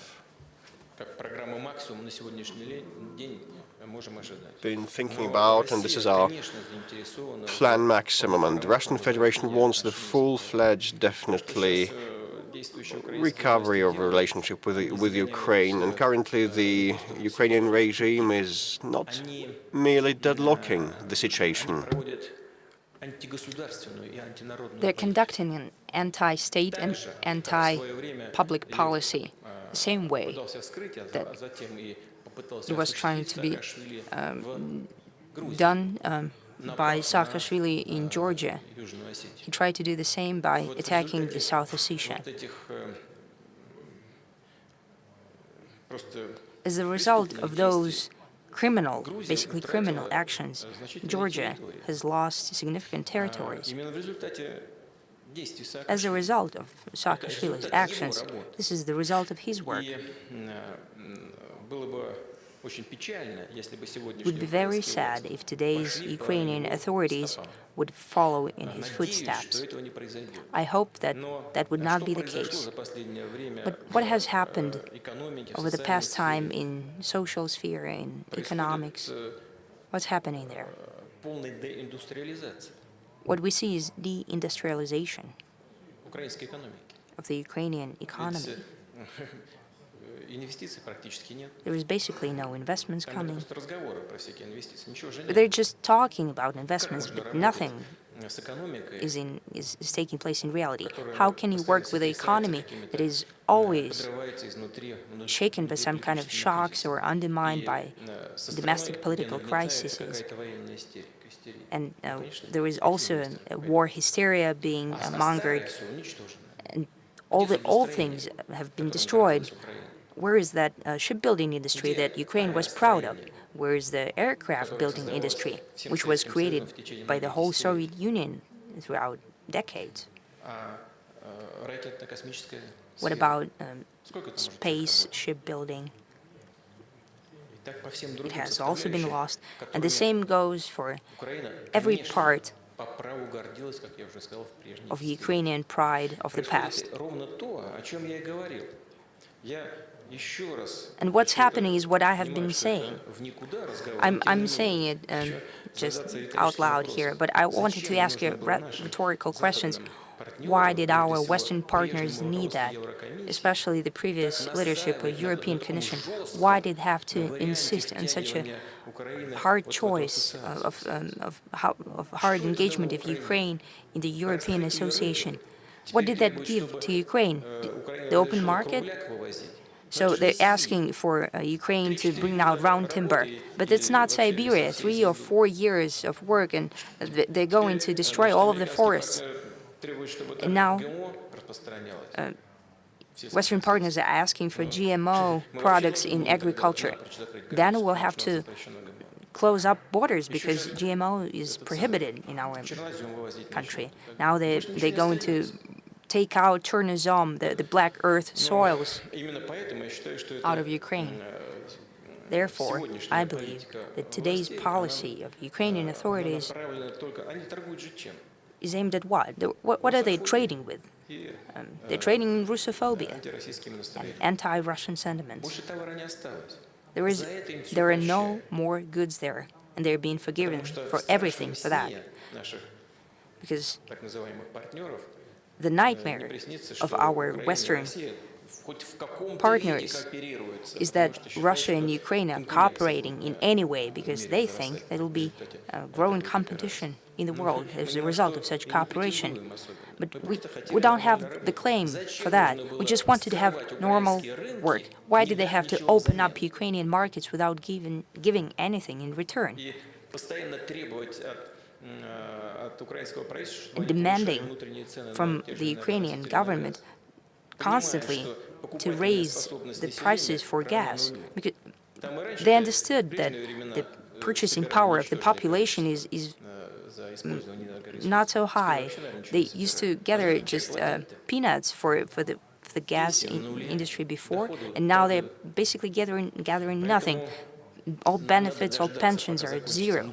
So we're going to have to wait for the domestic political cycle to end, and I truly hope that with the new leadership of the country, we'll be capable of building at least some kind of relations and agree on something. We're prepared for that, and we want. Thank you, Mr. President, for this large and deep discussion. Pleasure. I am in politics for 40 years. I have never seen the world so dangerous. Everywhere there is conflict, and we have a lot of threats, and we have a lot everywhere, war, school for wars. We are never school for peace. But we know that peace is not something coming from the sky. Peace is work, hard work. So I would like to know how to think that we can promote peace, how we can to promote multilateralism, to make reforms, for example, for multilateralism, for WTO, for the Security Council, how to develop the dialogue with people who are not agree. And I think it's very important to know that for people who has known the war on their country, they know that war is awful, as you said, a disaster. So, in this matter, how we can have some developing a culture of peace. That's a very big point for everybody in the society. And so maybe together we can make peace great again.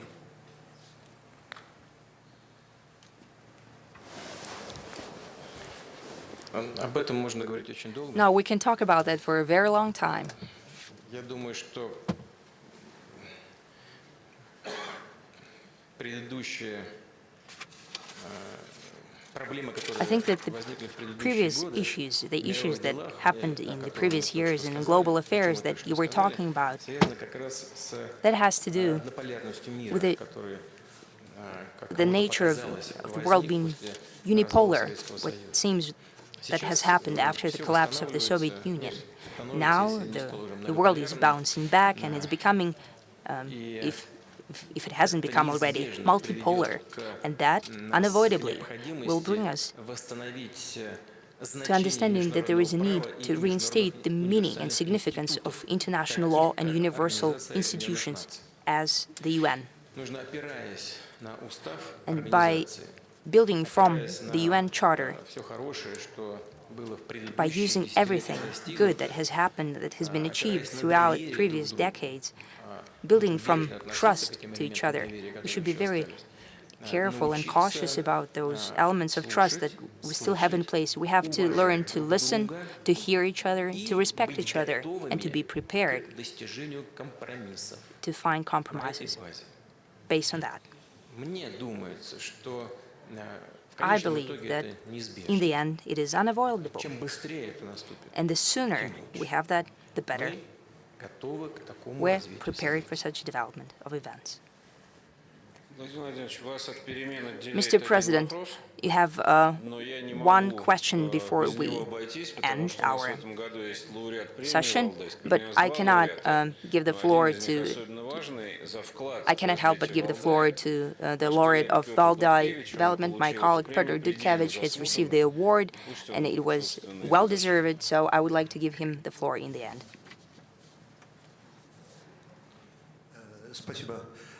Thank you very much.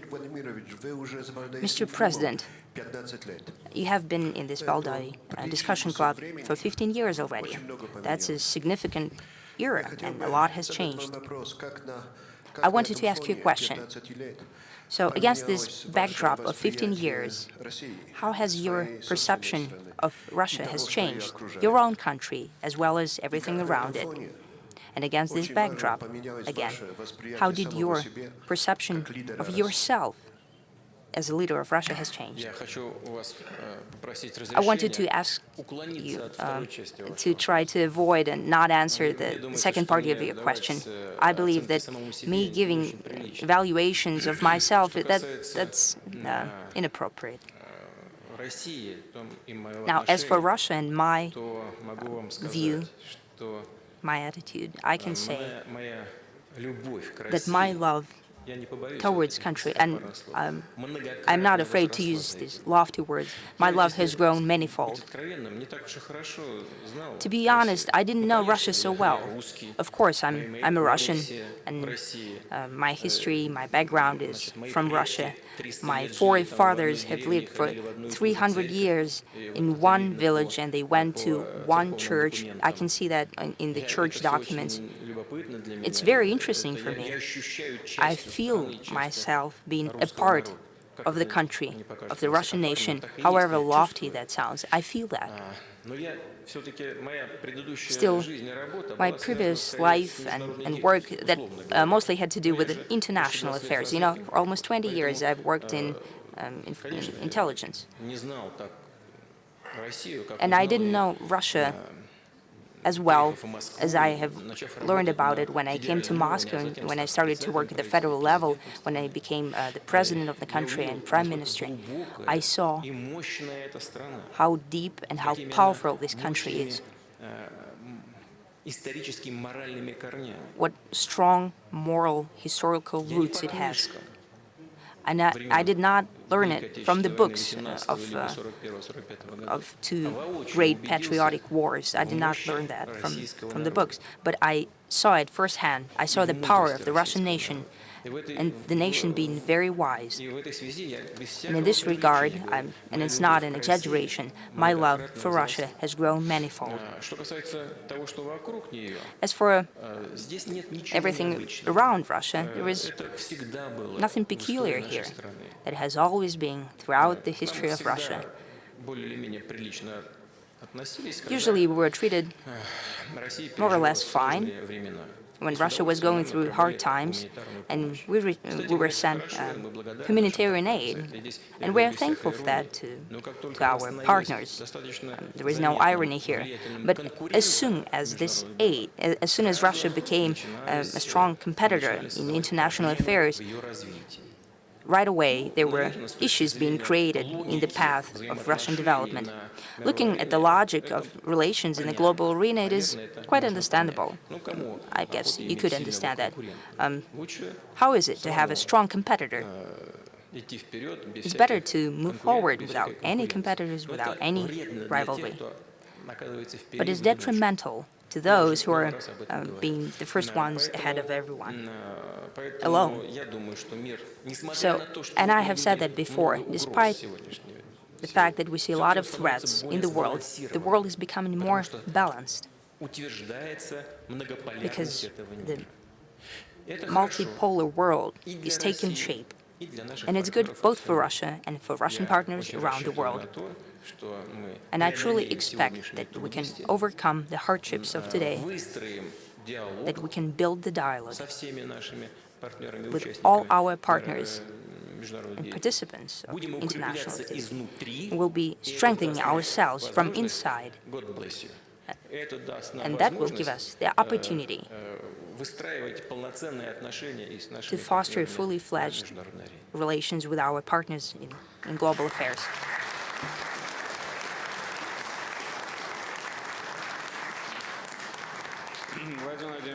Mr. President, naturally, Valdai Club cannot compete with the wiseness of the Russian nation that you have learned for many years. That's not possible, but we take upon ourselves to try to challenge you intellectually. Maybe we can do that collectively. Thank you very much for giving us so much of your time. Hope to see you in a year again. And on my behalf, I would like to thank all experts that are taking part in this work, and they have been doing so for many years.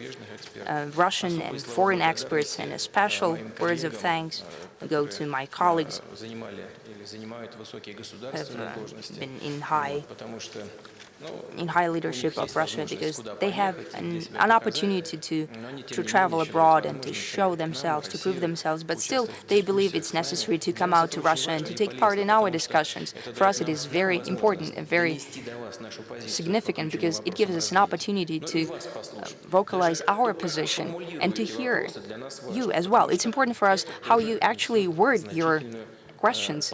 For us, it's also very important, very interesting. I wish you all the best. Thank you very much.